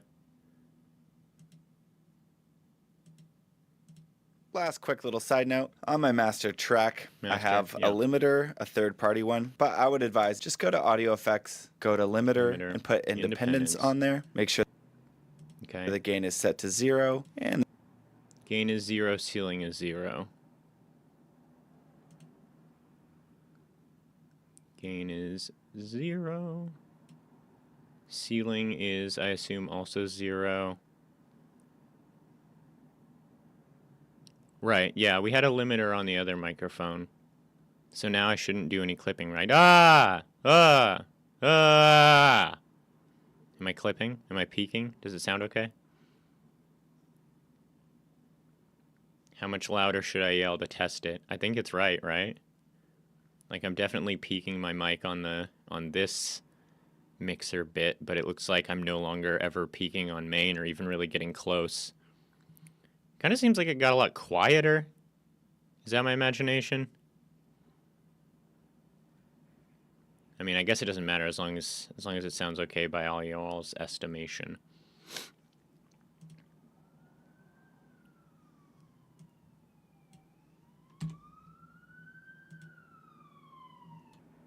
Baby's first vocals. Right, yeah, we had a limiter. I think we still do have a limiter on desktop audio. It'll still distort if we peak on our side. It just stops it from coming out of the master. So, what is it do? I don't... Look, I guess the fundamental question I'm looking for an answer to here is, do we keep the limiter on like this guy just suggested, or do we not need this? Like, do we want this? It doesn't seem that appreciably different. Maybe it is a little. Yes, for safety. Yeah, that's why we've got one on the desktop audio, I believe. Yeah, there's a limiter on the desktop audio that's set to -6. Just strictly for, like, some jam games get pretty fucking loud. Oh, but Mac, you're catching on. Do it for say fun. Do it for fun.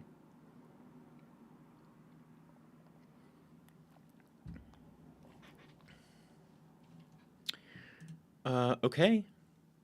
I think that's it for this right now. Yes. We've got, I can save this, and then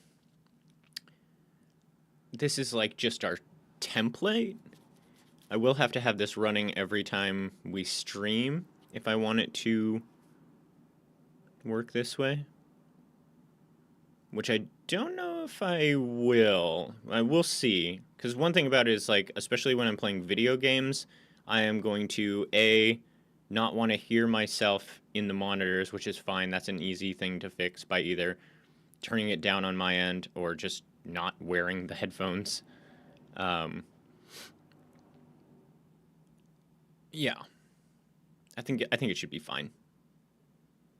And then I can just kind of have this in the background. We can get rid of this. We don't need this anymore. We'll leave this just 'cause. Mapping the keyboard knobs and shift to enable and disable plugins, so you can add sudden reverb in dramatic moments. All right, cool. The keyboard. Oh, you mean the actual keyboard, the fucking MIDI controller to the knobs. Yeah, actually, that's probably... I think this is good. This is a really good start. It's set us up for a really...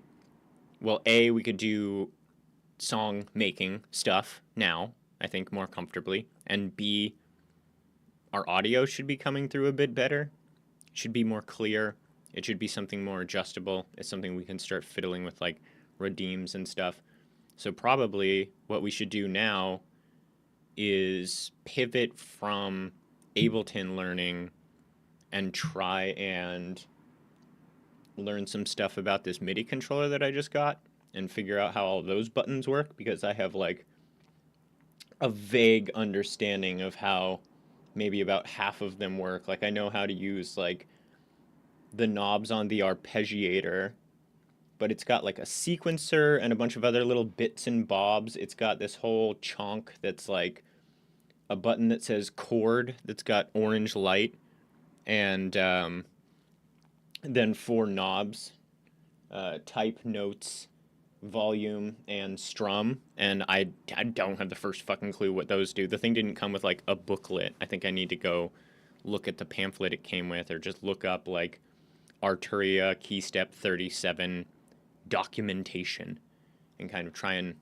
see what we can do. I would love to be able to use it as like a sequencer, like a looper.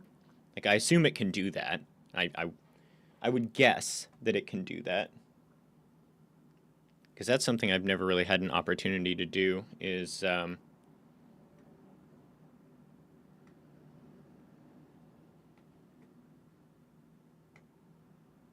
haven't, I think one of my old bandmates used Logic a little bit, but he also would use like everything.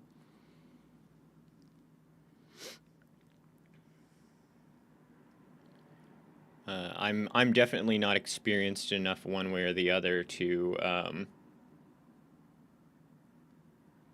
make any kind of informed comparison as to like which one is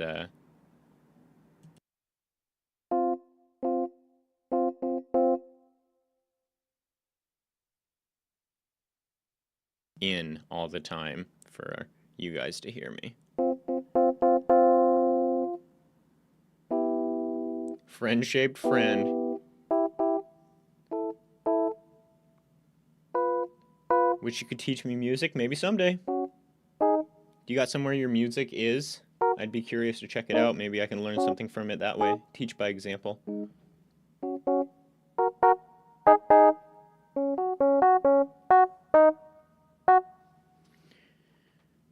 Yeah, let's set Ableton aside for the time being and try and take a look at the Arturia. Arturia key step. What is it? 37? Manual.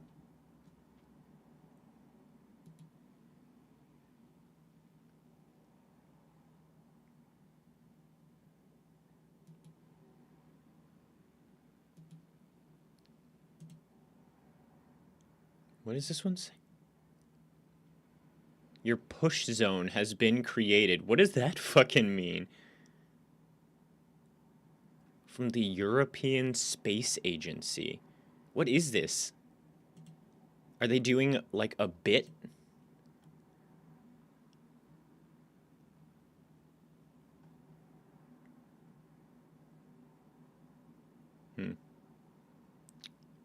Can I have it as a video? I don't want to read. We've got fast overview and complete deep dive guide. Okay, let me get up a minute and we'll start looking through that.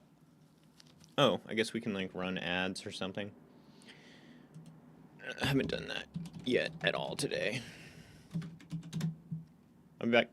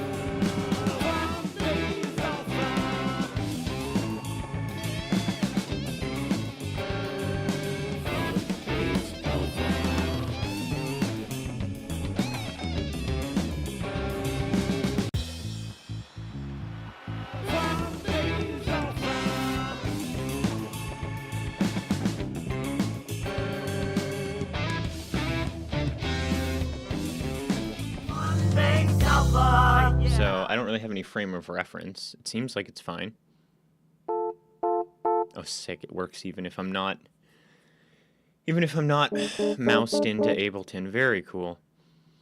Let's take a look at. Let's try fast overview. Hi everyone, this is Matthew from Patchworks, and this is the Arturia KeyStep 37 controller and sequencer, sort of the middle child between the original KeyStep and the KeyStep Pro. The original KeyStep had 32 keys on it and started at F. The KeyStep 37 has 37 keys, as the name suggests, and starts at C. If you're familiar with the original KeyStep, you'll have no problem getting started away, as it has all the same features and functionality of the original KeyStep with a lot of added features, and some from the KeyStep Pro. You may have already noticed the dots above the keys. These are the LEDs similar to the KeyStep Pro, used to indicate what notes you're playing and also to tell you what your settings are on your KeyStep. KeyStep 37 has 3 sequencing modes. Pressing Shift, we can see that there's mono, overdub, and when nothing is lit, it's the original sequencer. Mono is the original sequencer, but only lets you play monophonically. Wait. Step 37 has 3 sequencing modes. Pressing Shift, we can see that there's mono, overdub, and when nothing is lit, it's the original sequencer. Okay. Mono is the original sequencer, but only lets you play monophonically. Overdub works more like a loop pedal. Monophonically.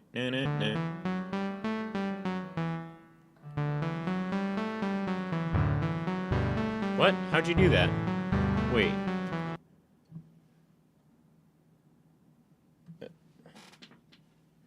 Does mine just do that?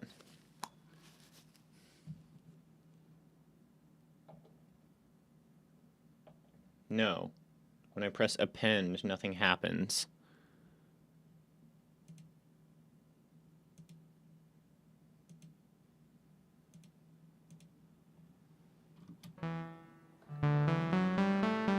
What? How is he doing that? Mine is not. Do I have to have it set to sequencer? Did he have his set to sequencer?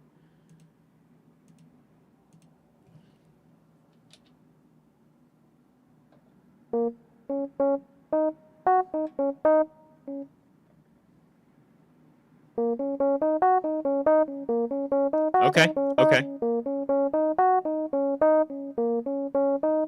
I get it. I'm vibing with that. Cool. Good. Skill up.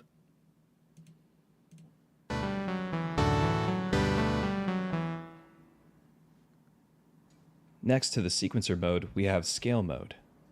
Chromatic, major, minor, blues, and user-defined scales. Going into a scale, you press down, and then over here, you're able to choose the root note. In C major, we know there's no sharps or flats, so none of these black keys should trigger a note in C major. But in fact, they only trigger notes in C major. What? Hold on, I don't understand. Root note mode. Okay. And then, wait. Mode, so if I do shift, overdub, and then it'll play.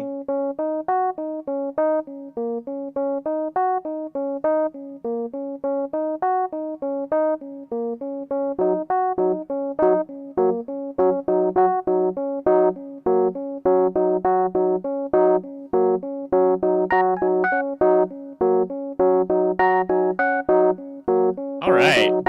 Oh man, this is so cool. I love music.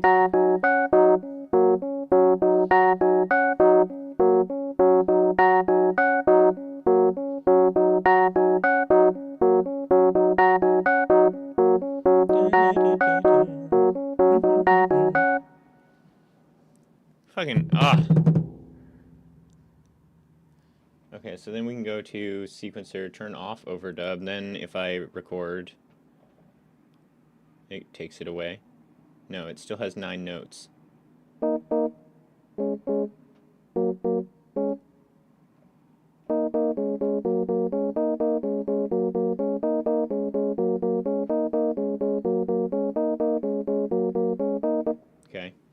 Gonna have to figure out how to round that out a little bit if I want like empty space, I guess is how I We would have describe scale mode, chromatic, major, minor, blues, and user-defined scales. it. Okay. Going into a scale, you press down, and then over here, you're able to choose the root note. Okay. In C major, we know there's no sharps or flats. So none of these black keys should trigger a note in C major. Right. But in fact, they only trigger notes in C major. Scale mode quantizes all the notes on the keyboard Quantizes to them the scale you to would the like to scale play. you'd like to play. This also works with chords. Does it which I'll quantize show you in just a moment. up or When down this or button, closest? labeled chord, is illuminated orange, you're in chord mode. Turning the first encoder, labeled type, will change the type of chord or the quality. Mm-hmm. Changing the notes encoder will change how many notes are in the chord. Okay. Changing the velocity to notes will change the velocity to the notes at the end of the chord, So we can do either like, making yeah, them quieter sus louder at the end 7 of the chord. off. Strum will strum the chord, either the from the first one? top to the User? bottom or the bottom to the top. Here is a minor 7 with 8 notes.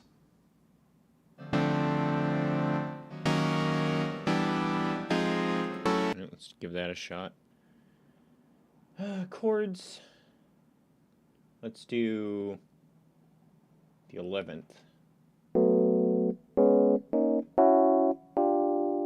Okay, so just auto plays chords.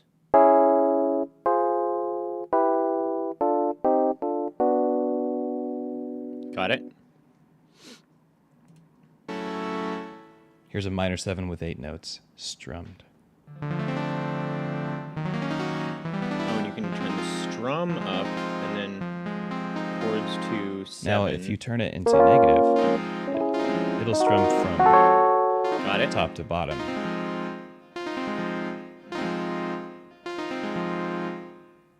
And what that controls how fast it strums?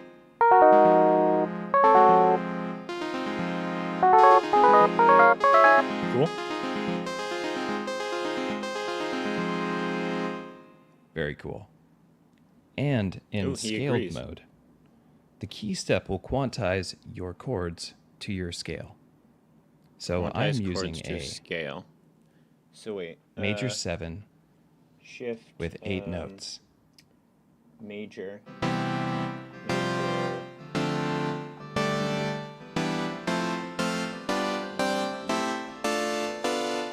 Okay, so now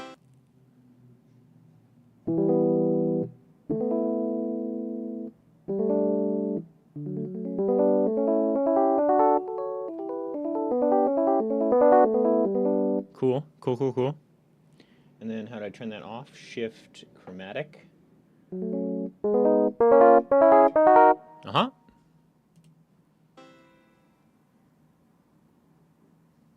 Minor 7. Wow, that's a lot of notes that's playing. You can also write a melody in chromatic mode and switch to scaled mode. And Okay. it will adjust your sequence according to the scale. Gotcha.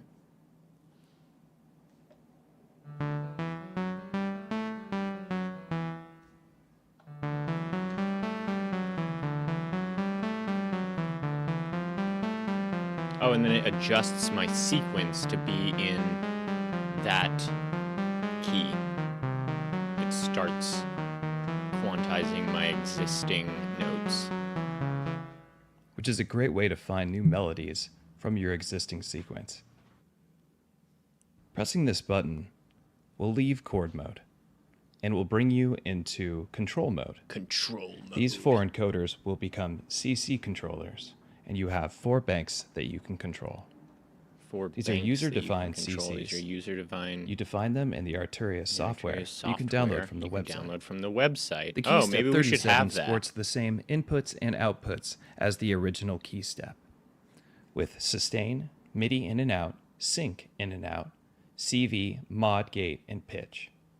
The difference between the KeyStep 37 and the original KeyStep is the KeyStep 37 uses a full-sized USB-B cable, whereas the original used a USB-B micro. I hope this video was helpful. This is Matthew signing out. I mean, it was kind of helpful. So what are these? 0, 0, 0, 0. I think we need to go get the KeyStep software.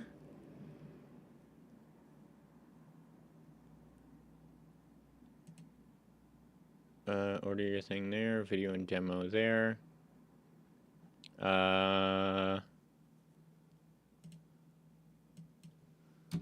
Software.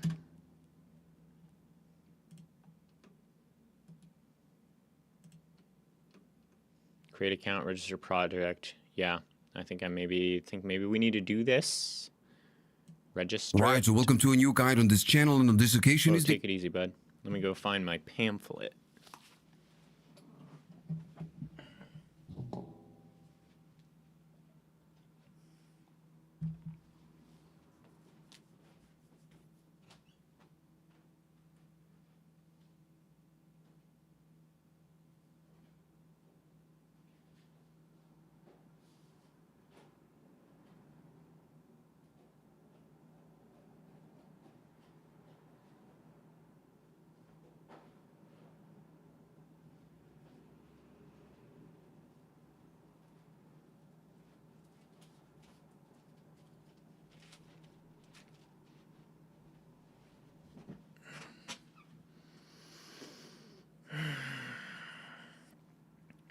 KeyStep 37 start.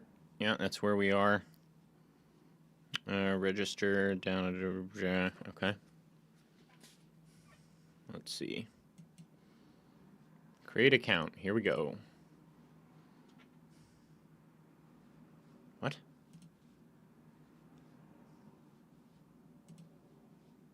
False.htm. It downloads something called false.htm when I... What?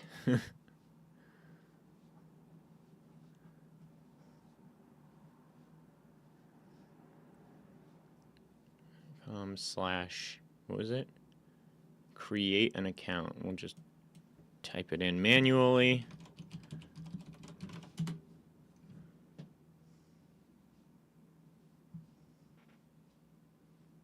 All right, let me fill in all of this personal information.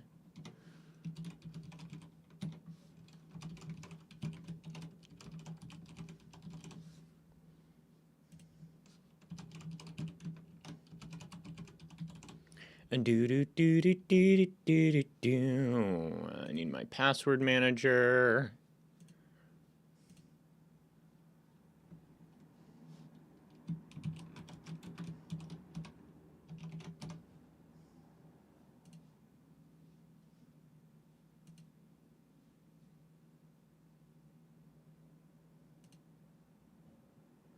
And then what? I need to make a new thing. Actually, first we'll grab the generator, we'll get a password going. Copy that. Vault. Go away. Add new. There it is. Login. Arturia. Password is this. Username, I don't know yet. I'm just assume it's my email for now.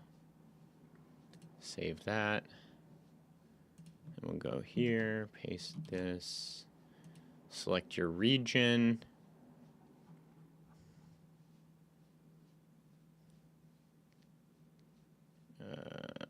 United States. I am not a robot. Oh, god damn it. Select the ones that have crosswalks, okay? I think that's all of them. Please also... What? Yeah. Yeah. Oh, keep selecting until there's none left. Isn't it? There's one that's like of an intersection, but not What features of my MIDI controller do I need the best? Bitch, I don't know. I don't know what I need. I don't need any of this, if I'm being honest. I'm just learning. I'm just figuring out what I can do. I want to see the landscape.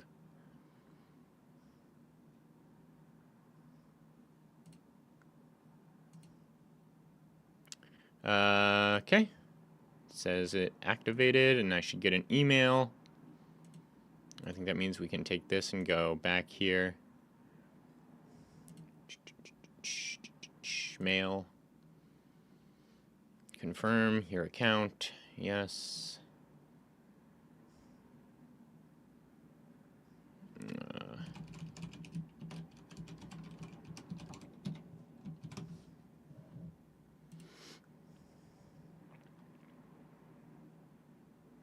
Uh-huh. Great. Never. Register new product, I think. Gotta enter your yeah. Register new product. Here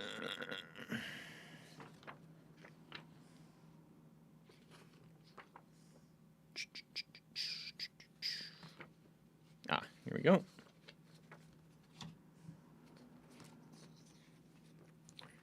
What features do I need the most? Let me try and answer slightly more sincerely. I don't know that there are any features specifically that I am after. I think that the main reason I got this was because I wanted a MIDI controller, because StreamerBot has MIDI control. And frankly, I've been overdue for a MIDI controller for a while. If I want to do stuff with my DAW. Like, I've been using Virtual Keyboard for so long, and it's so bad. So that was pretty much it. What I needed was for my MIDI controller to work, and it does. Everything else is just frosting on the cake. Let me go ahead and register this real quick.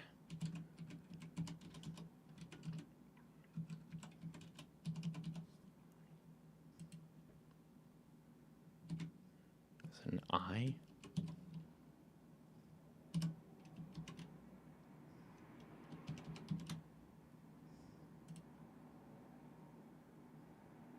All right, you can now access free downloads. Find your resources below. Arturia Software Center. Activate downloads.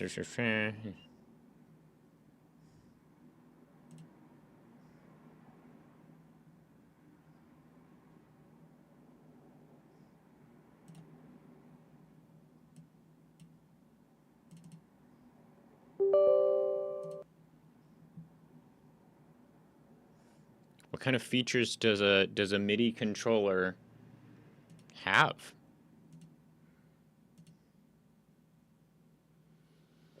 I guess it's not the worst thing to have that. Yeah, yeah, great. Finished. Close that. Install. It should now be installed. Oh my god, there's so much shit.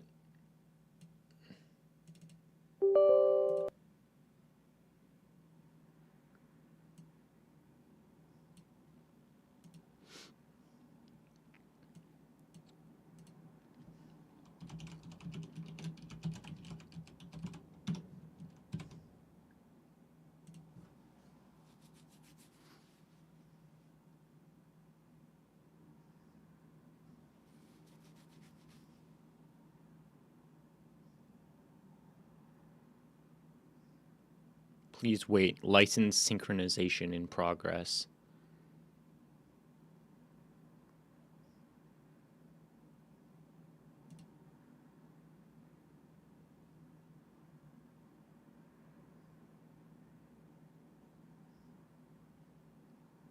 Firmware. MIDI control center. Ooh, I don't know what any of this is. There's a lot of stuff here.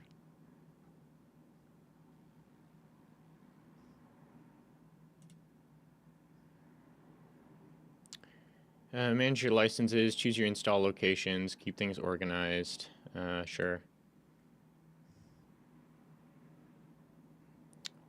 Yeah, whatever. Looks good. Share data? No, go away. Activate. Creative idea generator. Install.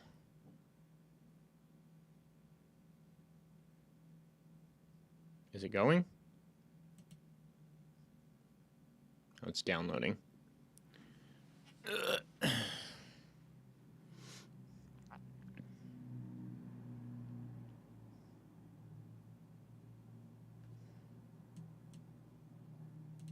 Key step 37. Now, this is not a review, it's a complete deep dive different features. So I much prefer to cover and get out of the way the chords and the scales, so then later we can just dedicate ourselves to learning the ARP and the sequence. And one more thing, just to get it out of the way, right here you have your octave up and your octave down. When you play something, you can go up in octave and you can go down in octave just like that. But if you press and hold both at the same times, it will just go right to the middle. And if you're connecting this to your computer or maybe a synthesizer and it's not recognizing because maybe your synthesizer is listening for a very specific MIDI channel, right here at the top, you have the 16 MIDI channels that you can select. So by doing shift, you can tap on the number 4 or the number 7 and you will be selecting a MIDI channel. In this case, I'm just going to go to 1. All right, so this keyboard offers a powerful scale feature. Once you set it up, it will influence your sequences, ARPs, playing, chords, everything.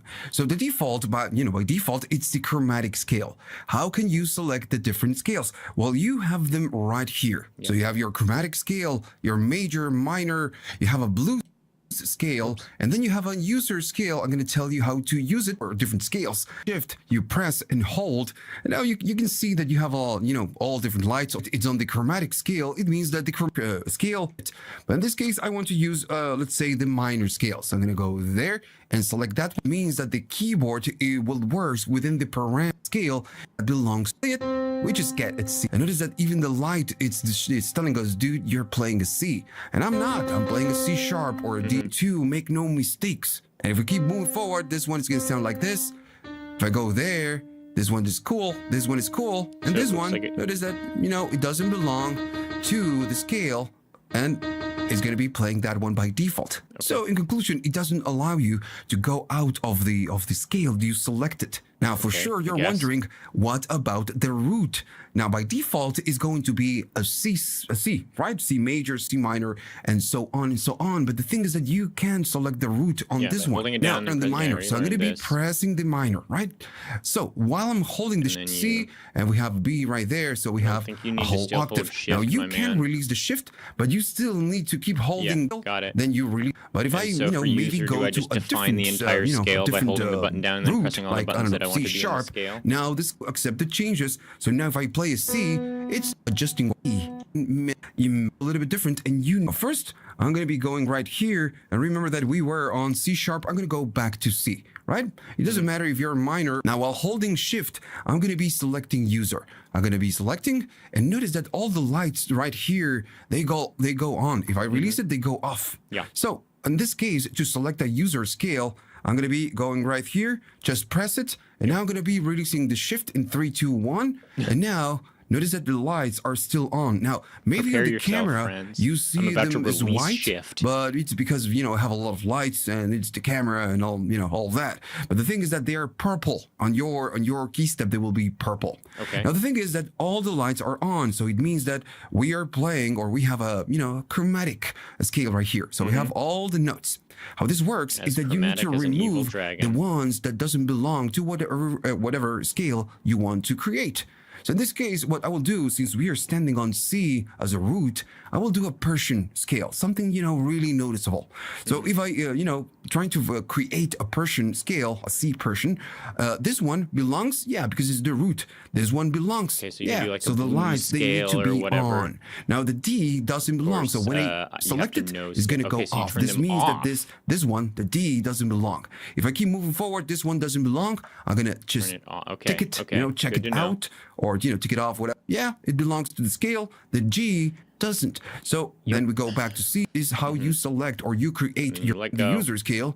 Now, whatever you do right here, it works just like the other scales. If you play something, scale. here, and start playing keys. Now,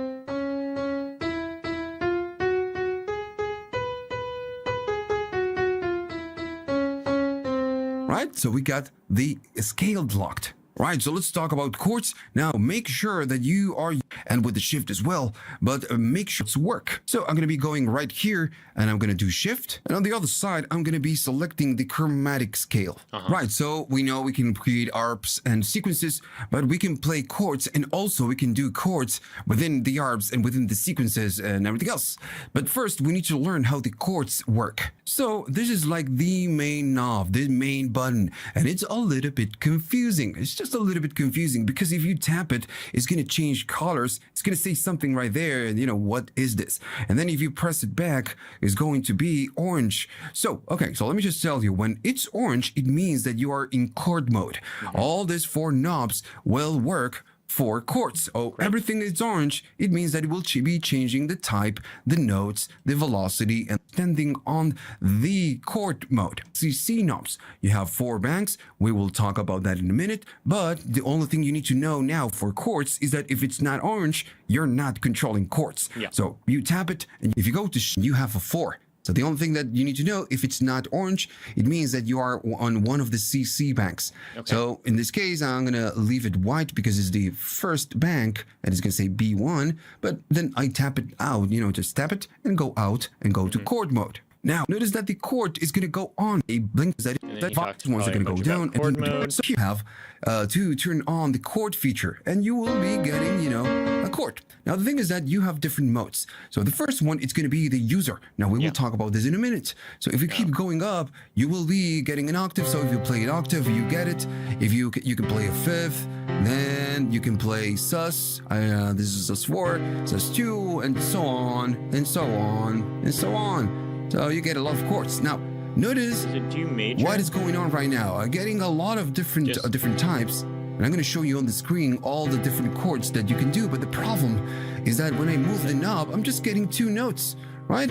So here comes the part when I tell you about this knob. So this one decides how many notes on the chord you will be doing. Since I'm all the way down, I'm only doing or locking the chord to 2 notes. So when I go to, I don't know, a 7th or something like that, minor 7, I'm not getting it. Right? I'm just getting 2. So on this case, you need to go up in the amount of notes that you want to force select. What if I go back to something that doesn't have 4 notes? Like, let me go to something else, like a fifth. We are just, you know, getting that. And why do we get 4? We are just doing fifths. So the thing is that right here, this has no idea how many, how many keys or how many notes it needs to play. If you say 4, it's going to do 4. So it's doing the roots, the fifth. So we have to go just this amount of, just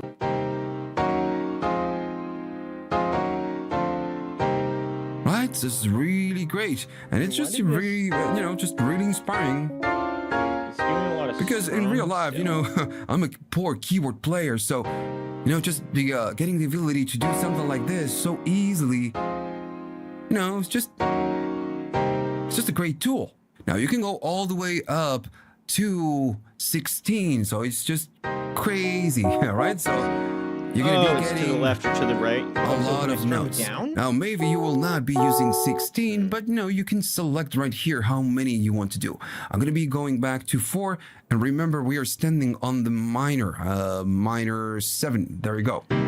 Depends on the velocity of how hard you hit the keys is going to decide how many notes you're gonna be doing. Oh, interesting. It's great, but you which is full. Now I'm gonna be playing soft. And we get 1. I'm gonna play hard, and we get 4. Why? Because we said that we wanted to use 4. Now I'm gonna be playing kind of playing hard. How hard I was gonna select 4. Now I can go right here and do soft, and then when I play hard. So imagine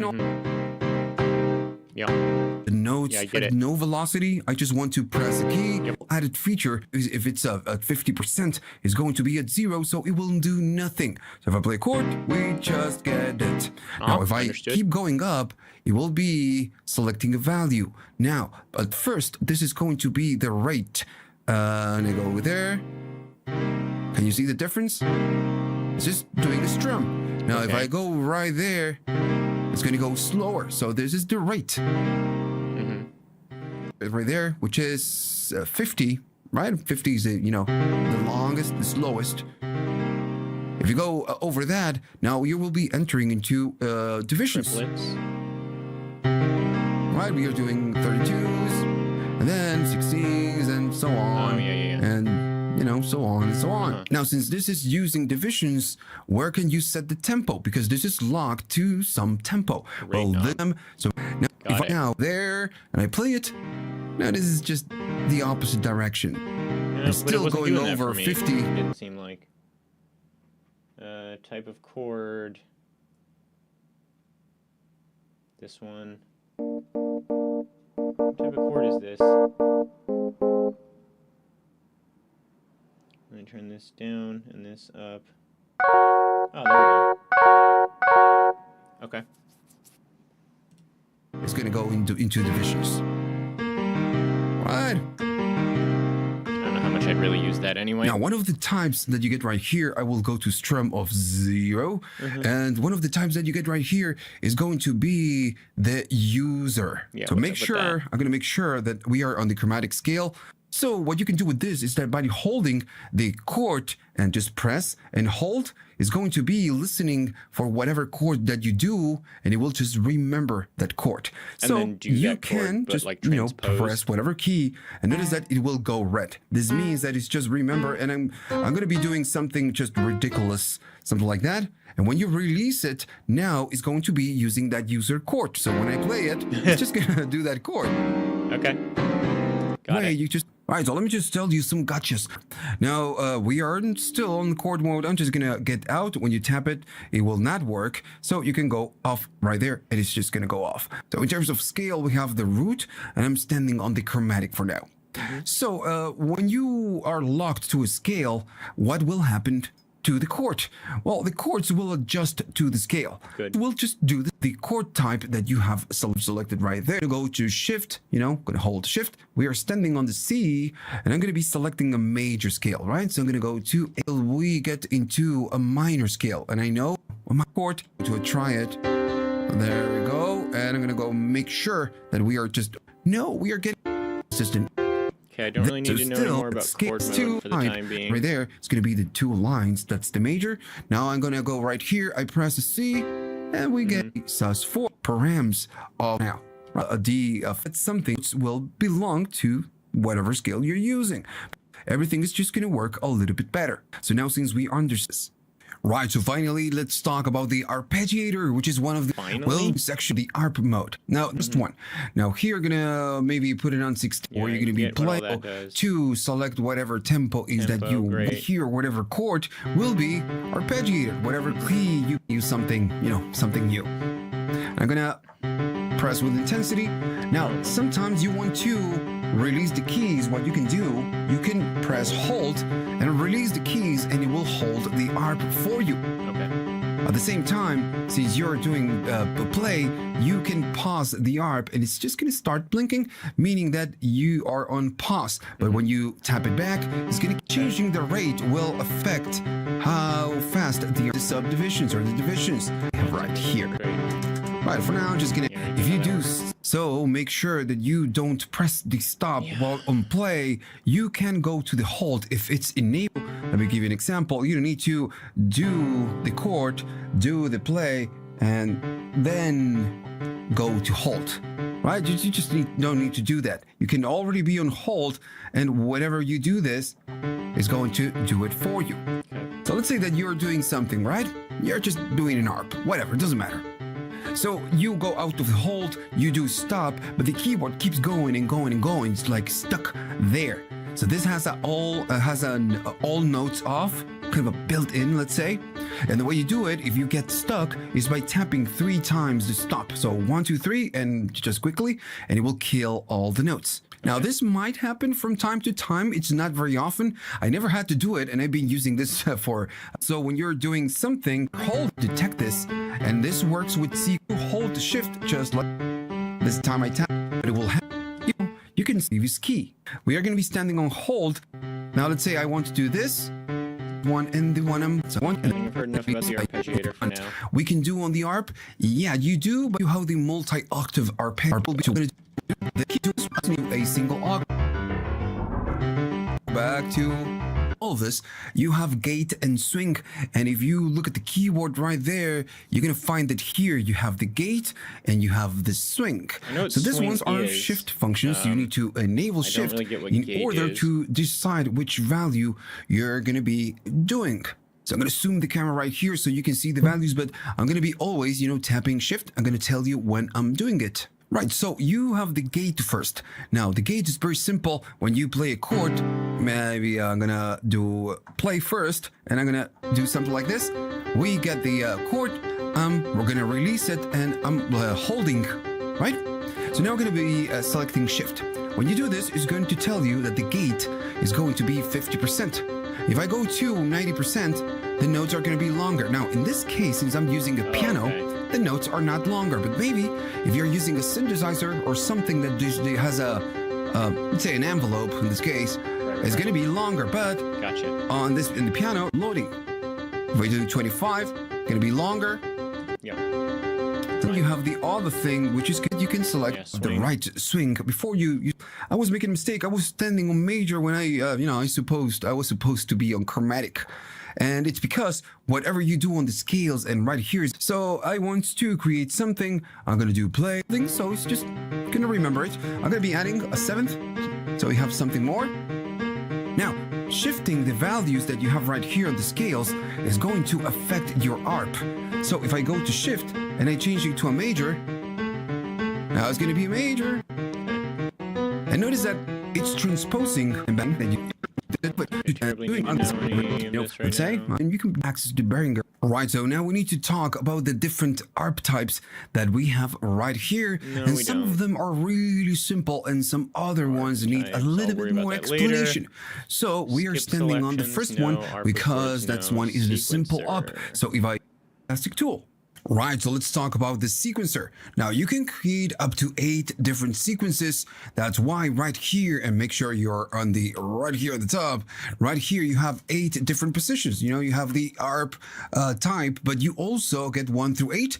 So every position is going to be storing Oh. a sequence. So if you're standing on 1, you're Okay. saving the sequence Okay, that's on the good to know. slot number 1. Sequences So are you can go stored up to in the 64 steps, and the sequencer is polyphonic. of the So you knobs, can the stack arpeggiating up to subdivision 8 knob. notes per step. Right, so let's just begin creating a sequence. First, I'm going to make sure that I'm standing on the chromatic scale. We can, of course, use this. Maybe later we're going to use it. And in this case, I'm going to select a gate, and I'm going to be going to the rec. Whenever you're on rec and right here is steady and you're not playing, it means that the rec is on. So it will start adding whatever notes you play to the steps. So I'm going to be doing 1, 2, 3, 4, 5, 6, 7, and 8. And right there it's going to tell you how many steps you recorded. And when we do play,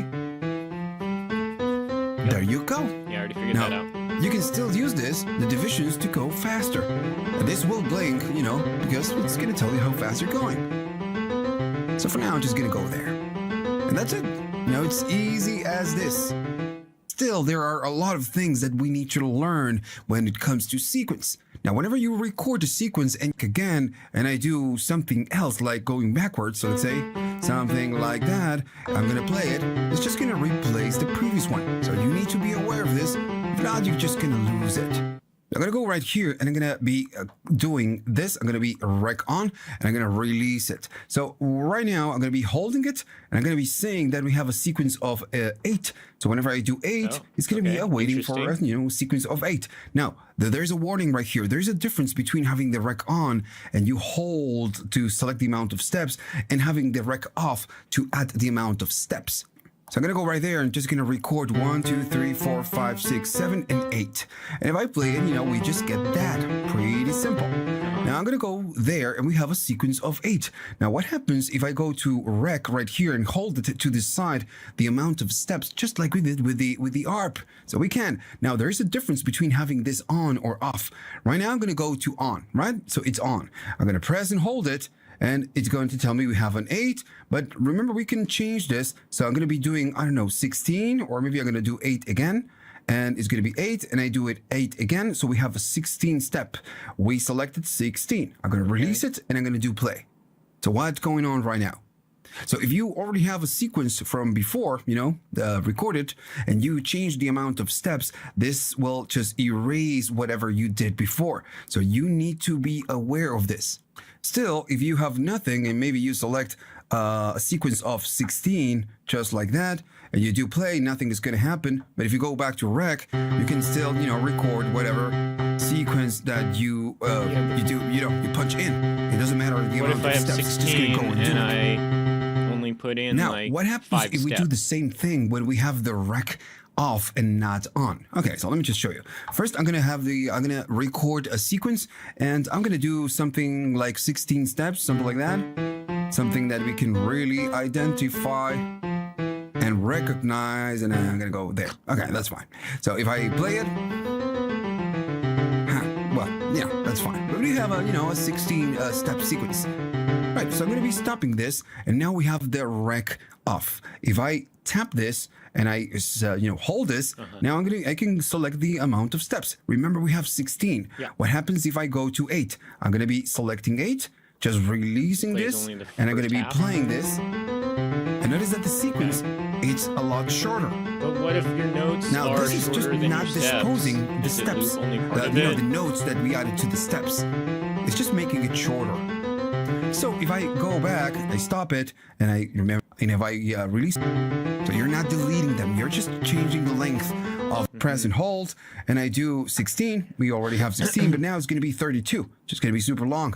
So if I release this and I play it, it's going to play the 16 steps, and then it's going to play 16 empty steps. Excellent. All Okay, the way to that's 32. kind of what I was looking Later, we're going to be learning how to add and append notes. But if you do some difference between having this on and having this off. So for now, I'm just going to go right there. We get, that sequence back. And when we tap on play, it's just restarting the sequence just like the harp. Right. We have other features. Okay, what else I'm you going to be got? doing some playing, and I'm going to be going to the shift. And we can decide the gate. If I make the gate shorter, it's going to be short. If I do long, keyboard, mono it's gonna overdub, be longer. figured out. short. CC knobs and banks. Here we go. This is Right, good. so let's talk about the CC banks that you get right here. So when you go out of chord, you go to the colors, Yes. you have 4 different banks with 4 different knobs, so you can send CC messages. So if you go right there and you hold the shift, the first bank is going to be white. And if you toggle it, it's going to be blue, then purple or pinkish, let's say, and then it's gonna be green. That's the 4th bank. And if you go to the first one, it's just going to toggle back to the first, to the white one. So Okay. all the buttons on each different bank, they are already assigned to a number. So you either need to use that number or to they are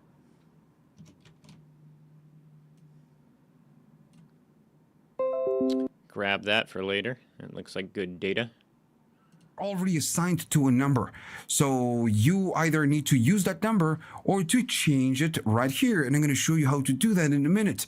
But if you're using an Arturia product, since this is an Arturia product, if you load I don't know, let me just load something.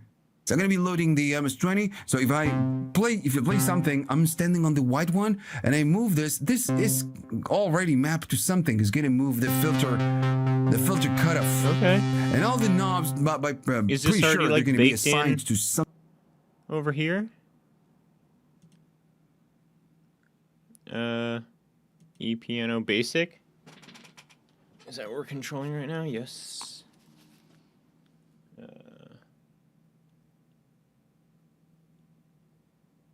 That sure doesn't appear to be doing anything.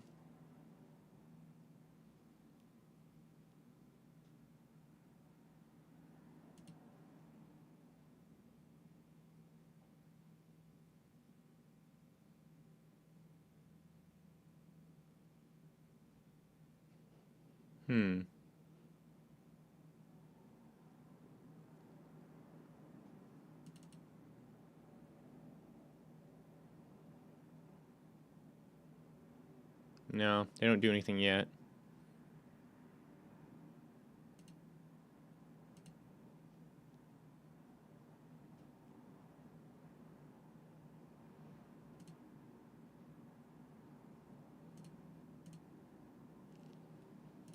something else. Still, you can do MIDI learn and just map it to something else. For example, I'm gonna just load a different company that has no idea that I'm using this, this.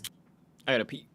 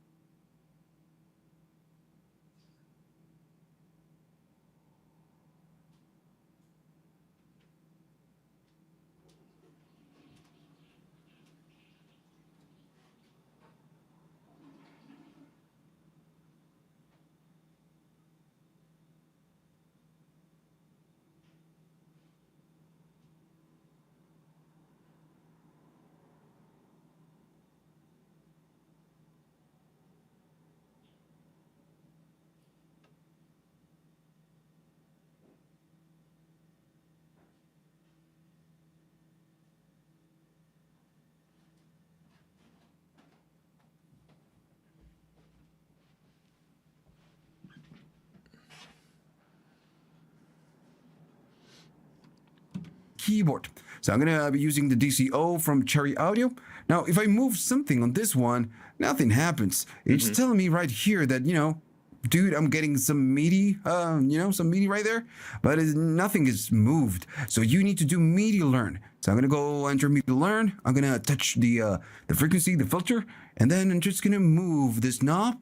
And there you go. Whoa, we just learned what it. the fuck and is this by moving thing? this, It's just from got Cherry this. Audio. Now, if I move something on this one, nothing. Can do MIDI learn and just map it to something else. For example, I'm gonna just load a different company that has no idea that I'm using this, this keyboard. So I'm gonna be using the DCO from Cherry Audio. Now, if I move something on this one, nothing happens. It's The DCO. Where?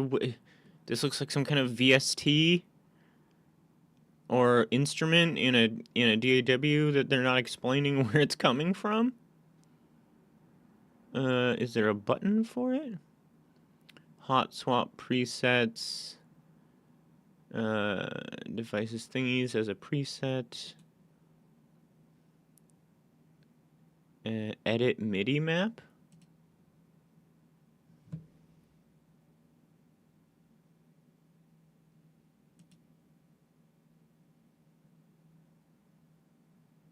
I can see something is happening. I see the little light up here saying like, yeah, you're definitely touching something.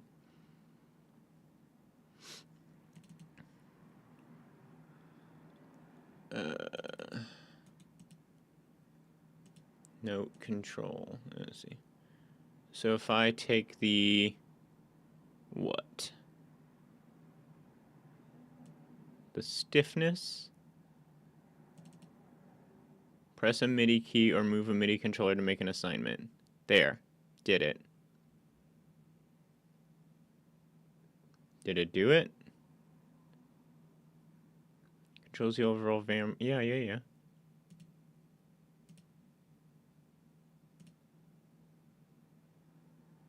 It's not working.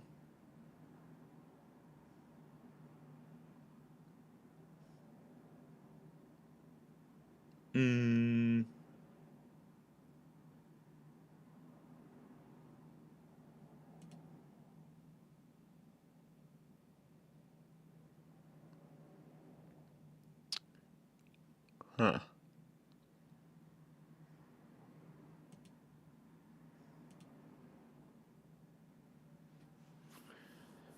Well,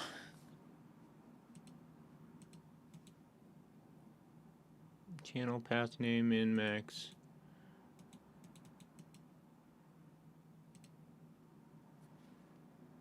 With this, I don't want to do it on a button. The buttons aren't going to do it for me right now. Move a MIDI controller to make an assignment. I sure am doing that.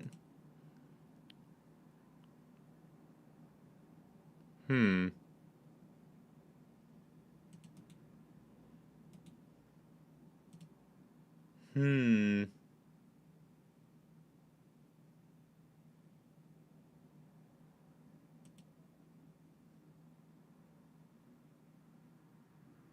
Nope.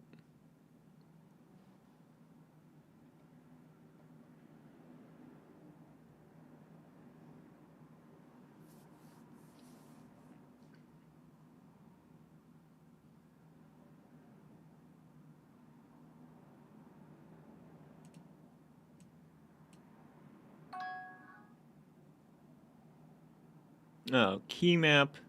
Yeah, no. MIDI map creates mappings to MIDI control surfaces. Uh-huh. And that's these. And this. But it doesn't hear it for some reason. Hmm.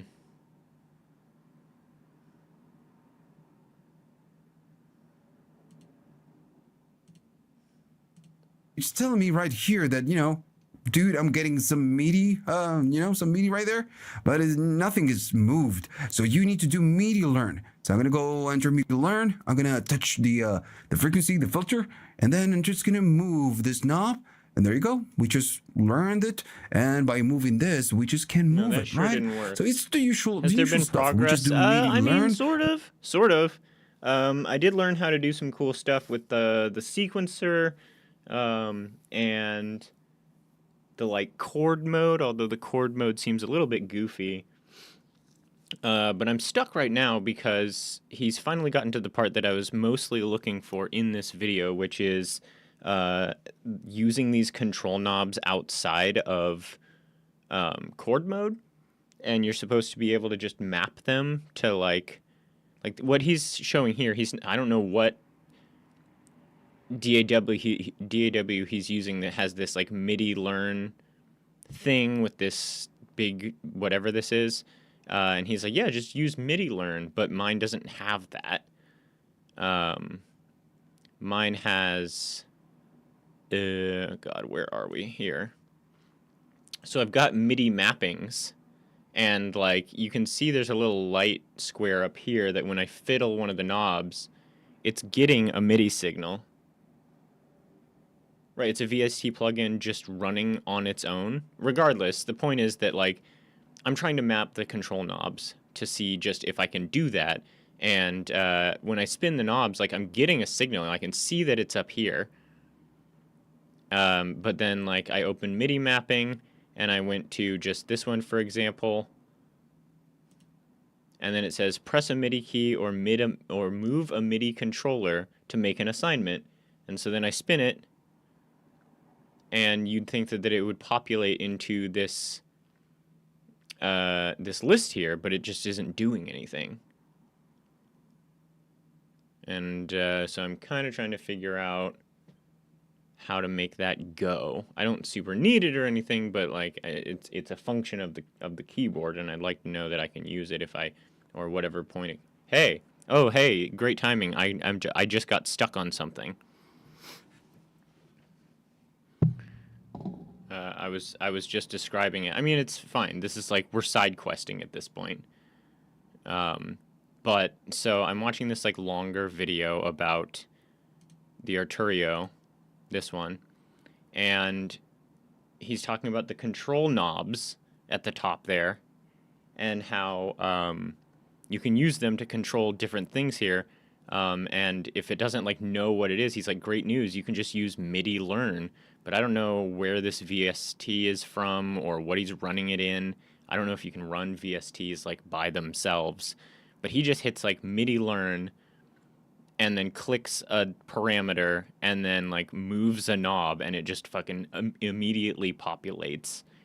But when I try and do that in Ableton, like I can go here and I assume that this little light up here, when I fiddle the knob, it comes on, which indicates to me that it must see that I'm fiddling a knob. But then when I have the MIDI mappings open like this, and I go to like, stiffness or noise, and it says press a MIDI key or move a MIDI controller to make an assignment, and then I move it, and I get nothing. None of them seem to really actually do anything. it can't like put 2 and 2 together, and there doesn't seem to be any other means by which I can like assign. Like I was thinking I could like drag this up here and then select it and be like assign knob, but it's not. It's just not working.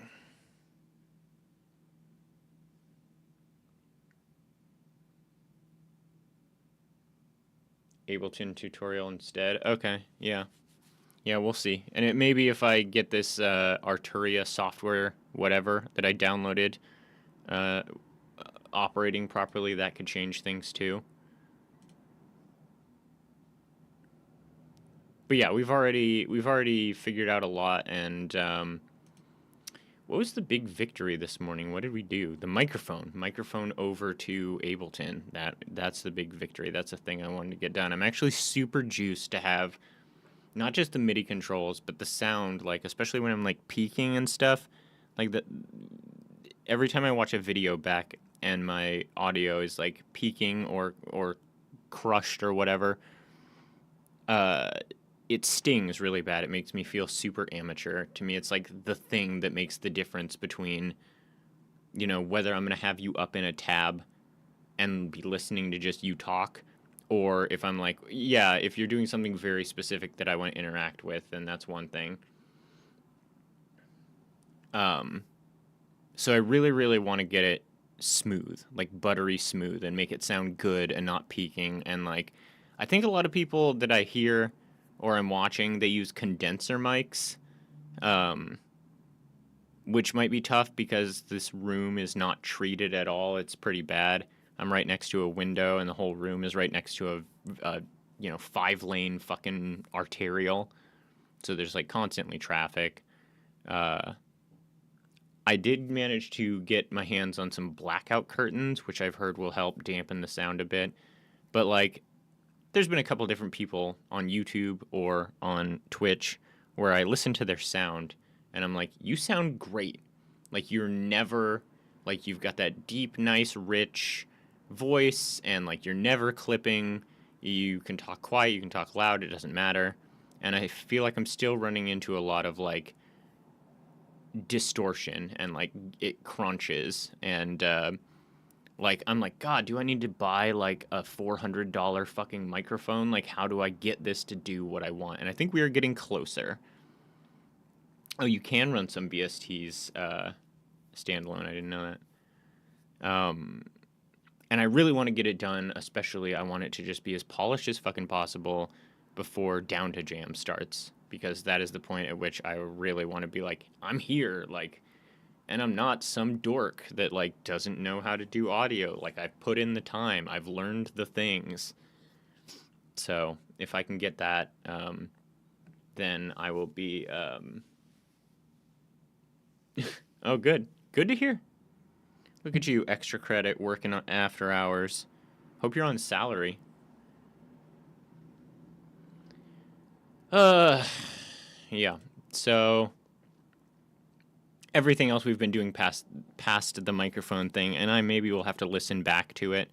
But everything that we've done past the microphone thing today has just been cake. And so I'm like fiddling with the Arturia and like learning how to do stuff. The Arturia software has some cool things. Yeah, I just went and got what was it called? It had a funny name. Analog Lab Intro is what it had me download.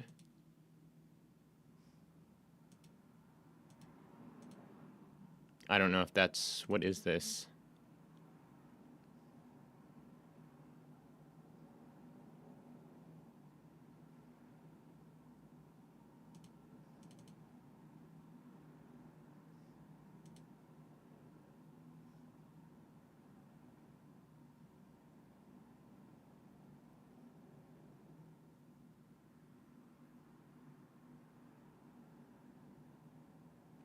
Is this just a program I have now, or...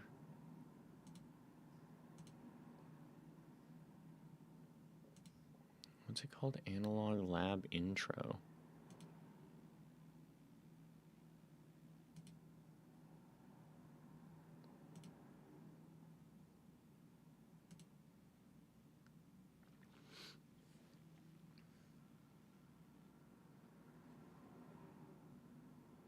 its own VSTs.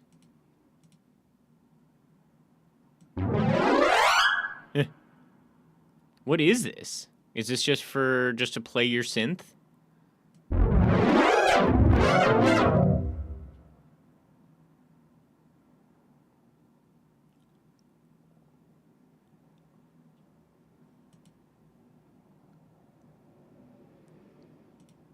Can I put these analog lab things in Ableton? Yeah, okay.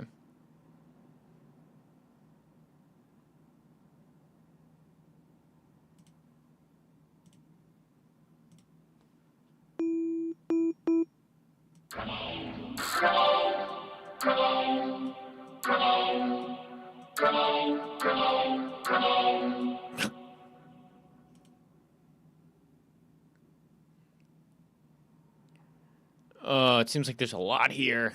A lot here. Hyperpop Generations New Pop Paradigm. Oh, it costs $10.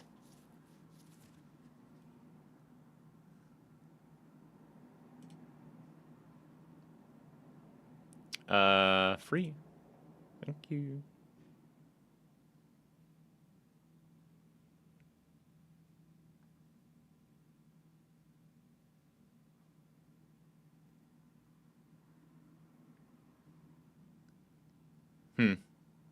Okay, so I can just what? Just close this, go into Ableton, and then, what, instruments? No, where would it be? Where did you say it was? The VST, so I need plugins? Where would I find this?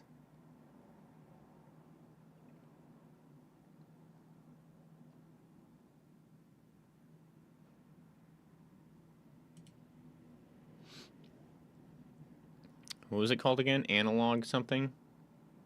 Analog. No.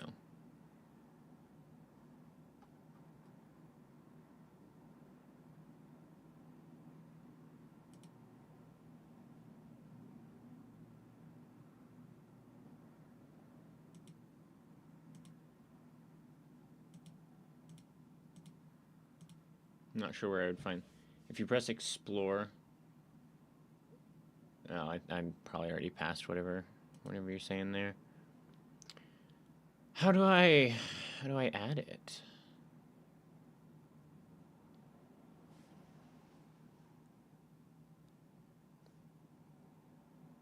It's too late to add the plugin, Nick. You've already been depicted as the Wojak.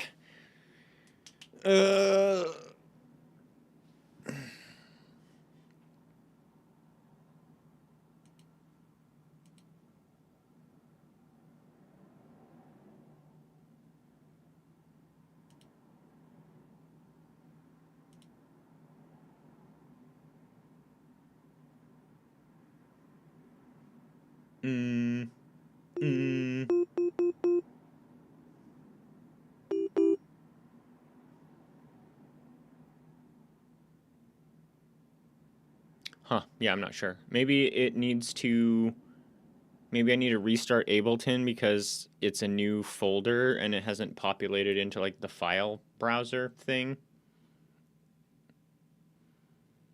That's fine. We can circle back.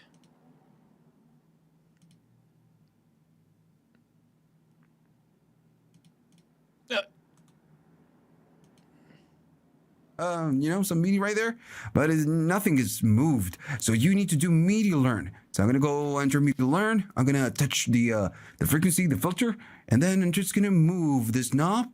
And there you go. We just learned it, and by moving this, we just can move it, right? So it's the usual stuff. We just do MIDI learn. We map it. And that's it. And if you want to change banks, a lot of knobs, sometimes you are going to be able to analog synths, for example, they don't log or not the core, which is great. Log XD uses a different number to all the, from the ones we have right here.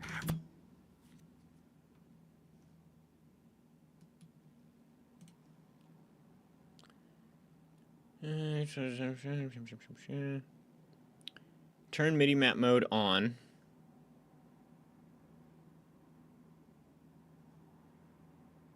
Controls are now...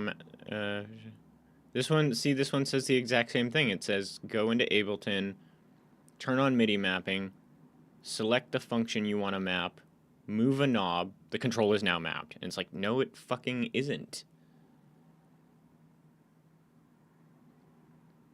This is just like when I was like, why can't I get my Scarlett to talk to OBS? And it's like, are you sure that you went into OBS and said, hey, OBS, listen to the Scarlett? And it's like, yeah, of course I did. I wouldn't even fucking be here if that's all there was to it. Of course I did that. That was literally the most obvious thing to try.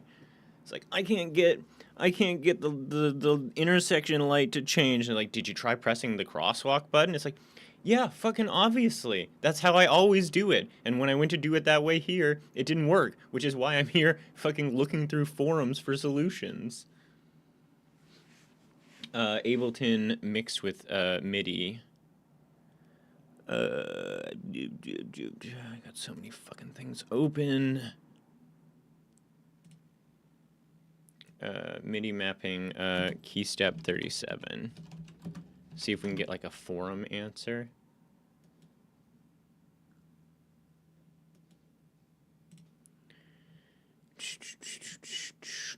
Have you plugged in via USB? You need to use the... You don't need to use the MIDI connector. There's a million videos on YouTube about setting it up. I don't need to set it up. It's already set up. It doesn't work just... Arturio MCC is what you want to customize the knobs to your liking. You can edit them directly from the 37, but the MCC is far easier. What is this?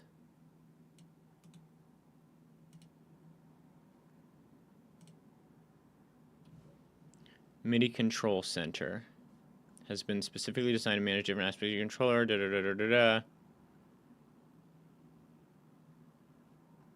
All right.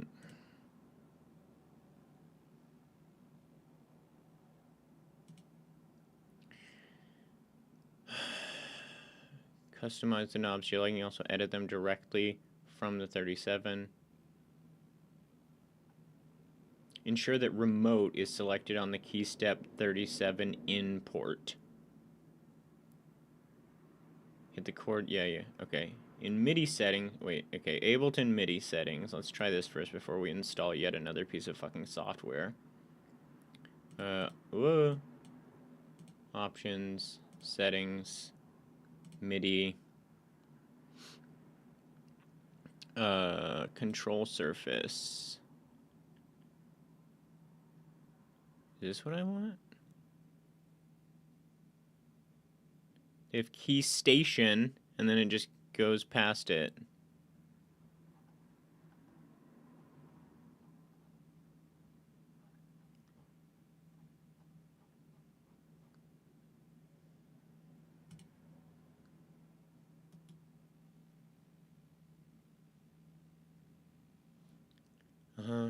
Yeah.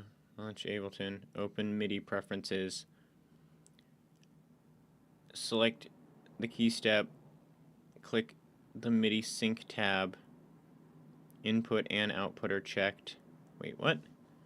Launch Ableton. Open MIDI preferences. Yeah, we got that going, I think.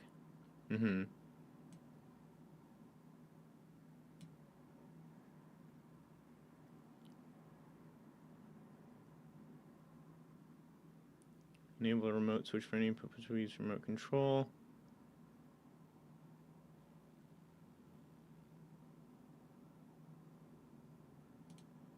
I think that was what the other people were saying. What did your suggestion say again? Launch Ableton, preferences, go to the keys, click MIDI sync, make sure input and output for the key step 37 are checked.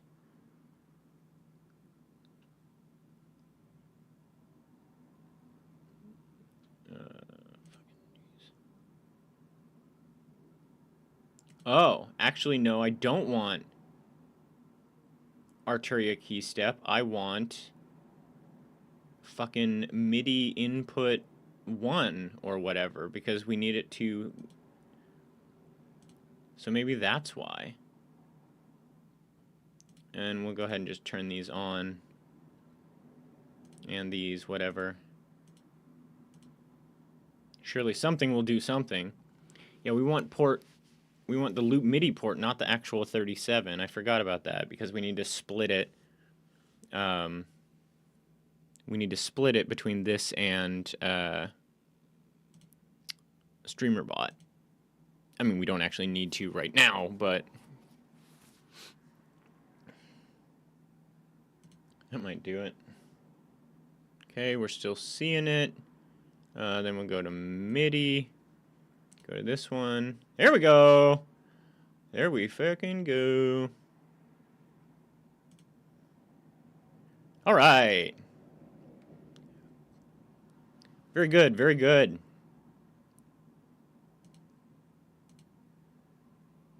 Yeah, it seems like it's working. Well, it's at least listening. Track when checked. MIDI, it allows MIDI notes and control messages to be sent and received. Syncing between live and the external device. Good. Actually, we wanted that on. I don't think we had it on. Allows external MIDI controllers to control parameters within Ableton. So we needed remote on. I think it probably still would have worked with the KeyStep 37 as the MIDI in. But what we actually wanted it on was that other MIDI port so that we can still do the StreamerBot control stuff because we have to duplicate it. So that was good that we got in there. And also syncing is something that I wanted to turn on because I was struggling with that last night.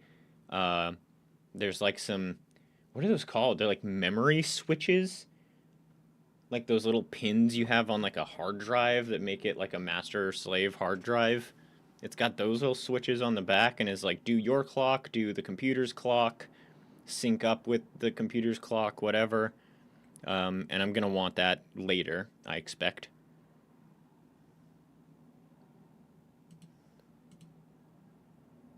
We can close that. We don't need that anymore.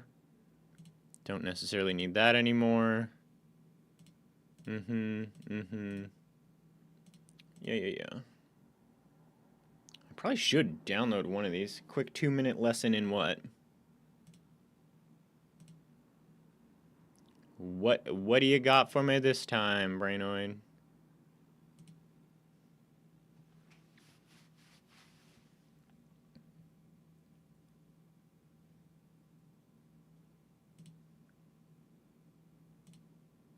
Not anymore. Record a chord, okay?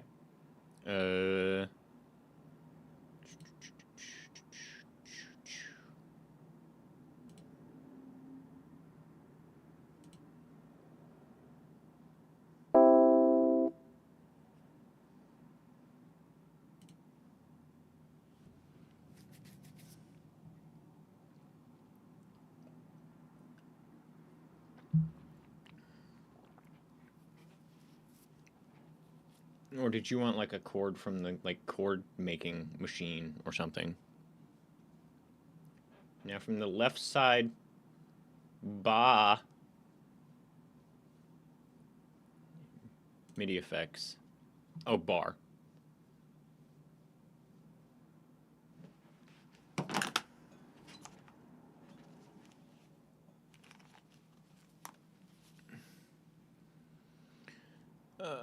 Arpeggiator.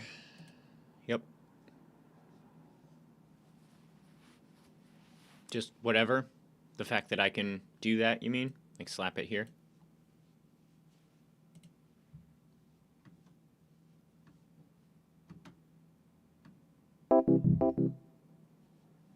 Neat.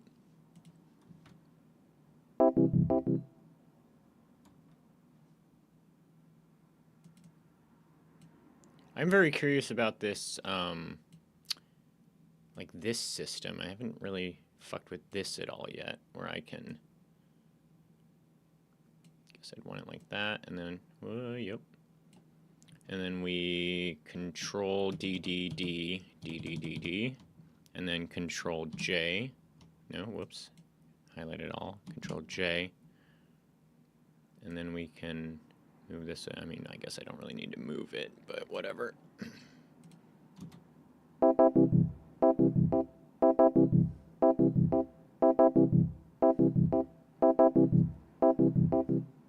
Fun. That's fun.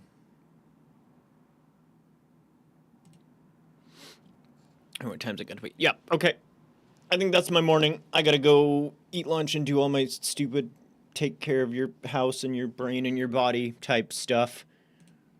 So I'm gonna go, but I will be back. It's been a very productive morning, and I will be back sometime later tonight. I assume something like 6, like we usually are, or have been, and we'll run through 1-Bit Jam stuff. And did we ever get a link from Bumwise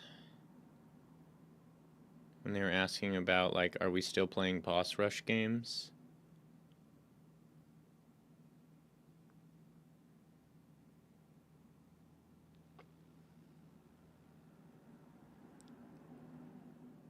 No.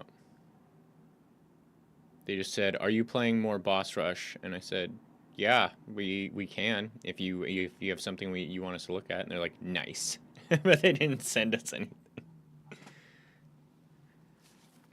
All right. Stay safe, everybody. Love you. I'll talk to you soon.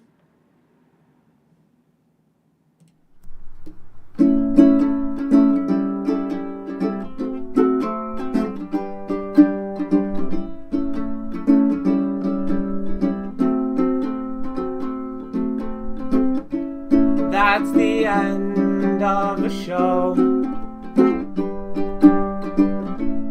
All of us have got to go back on home. I hope you had a lot of fun. We'll catch you at the next one, or whenever we do.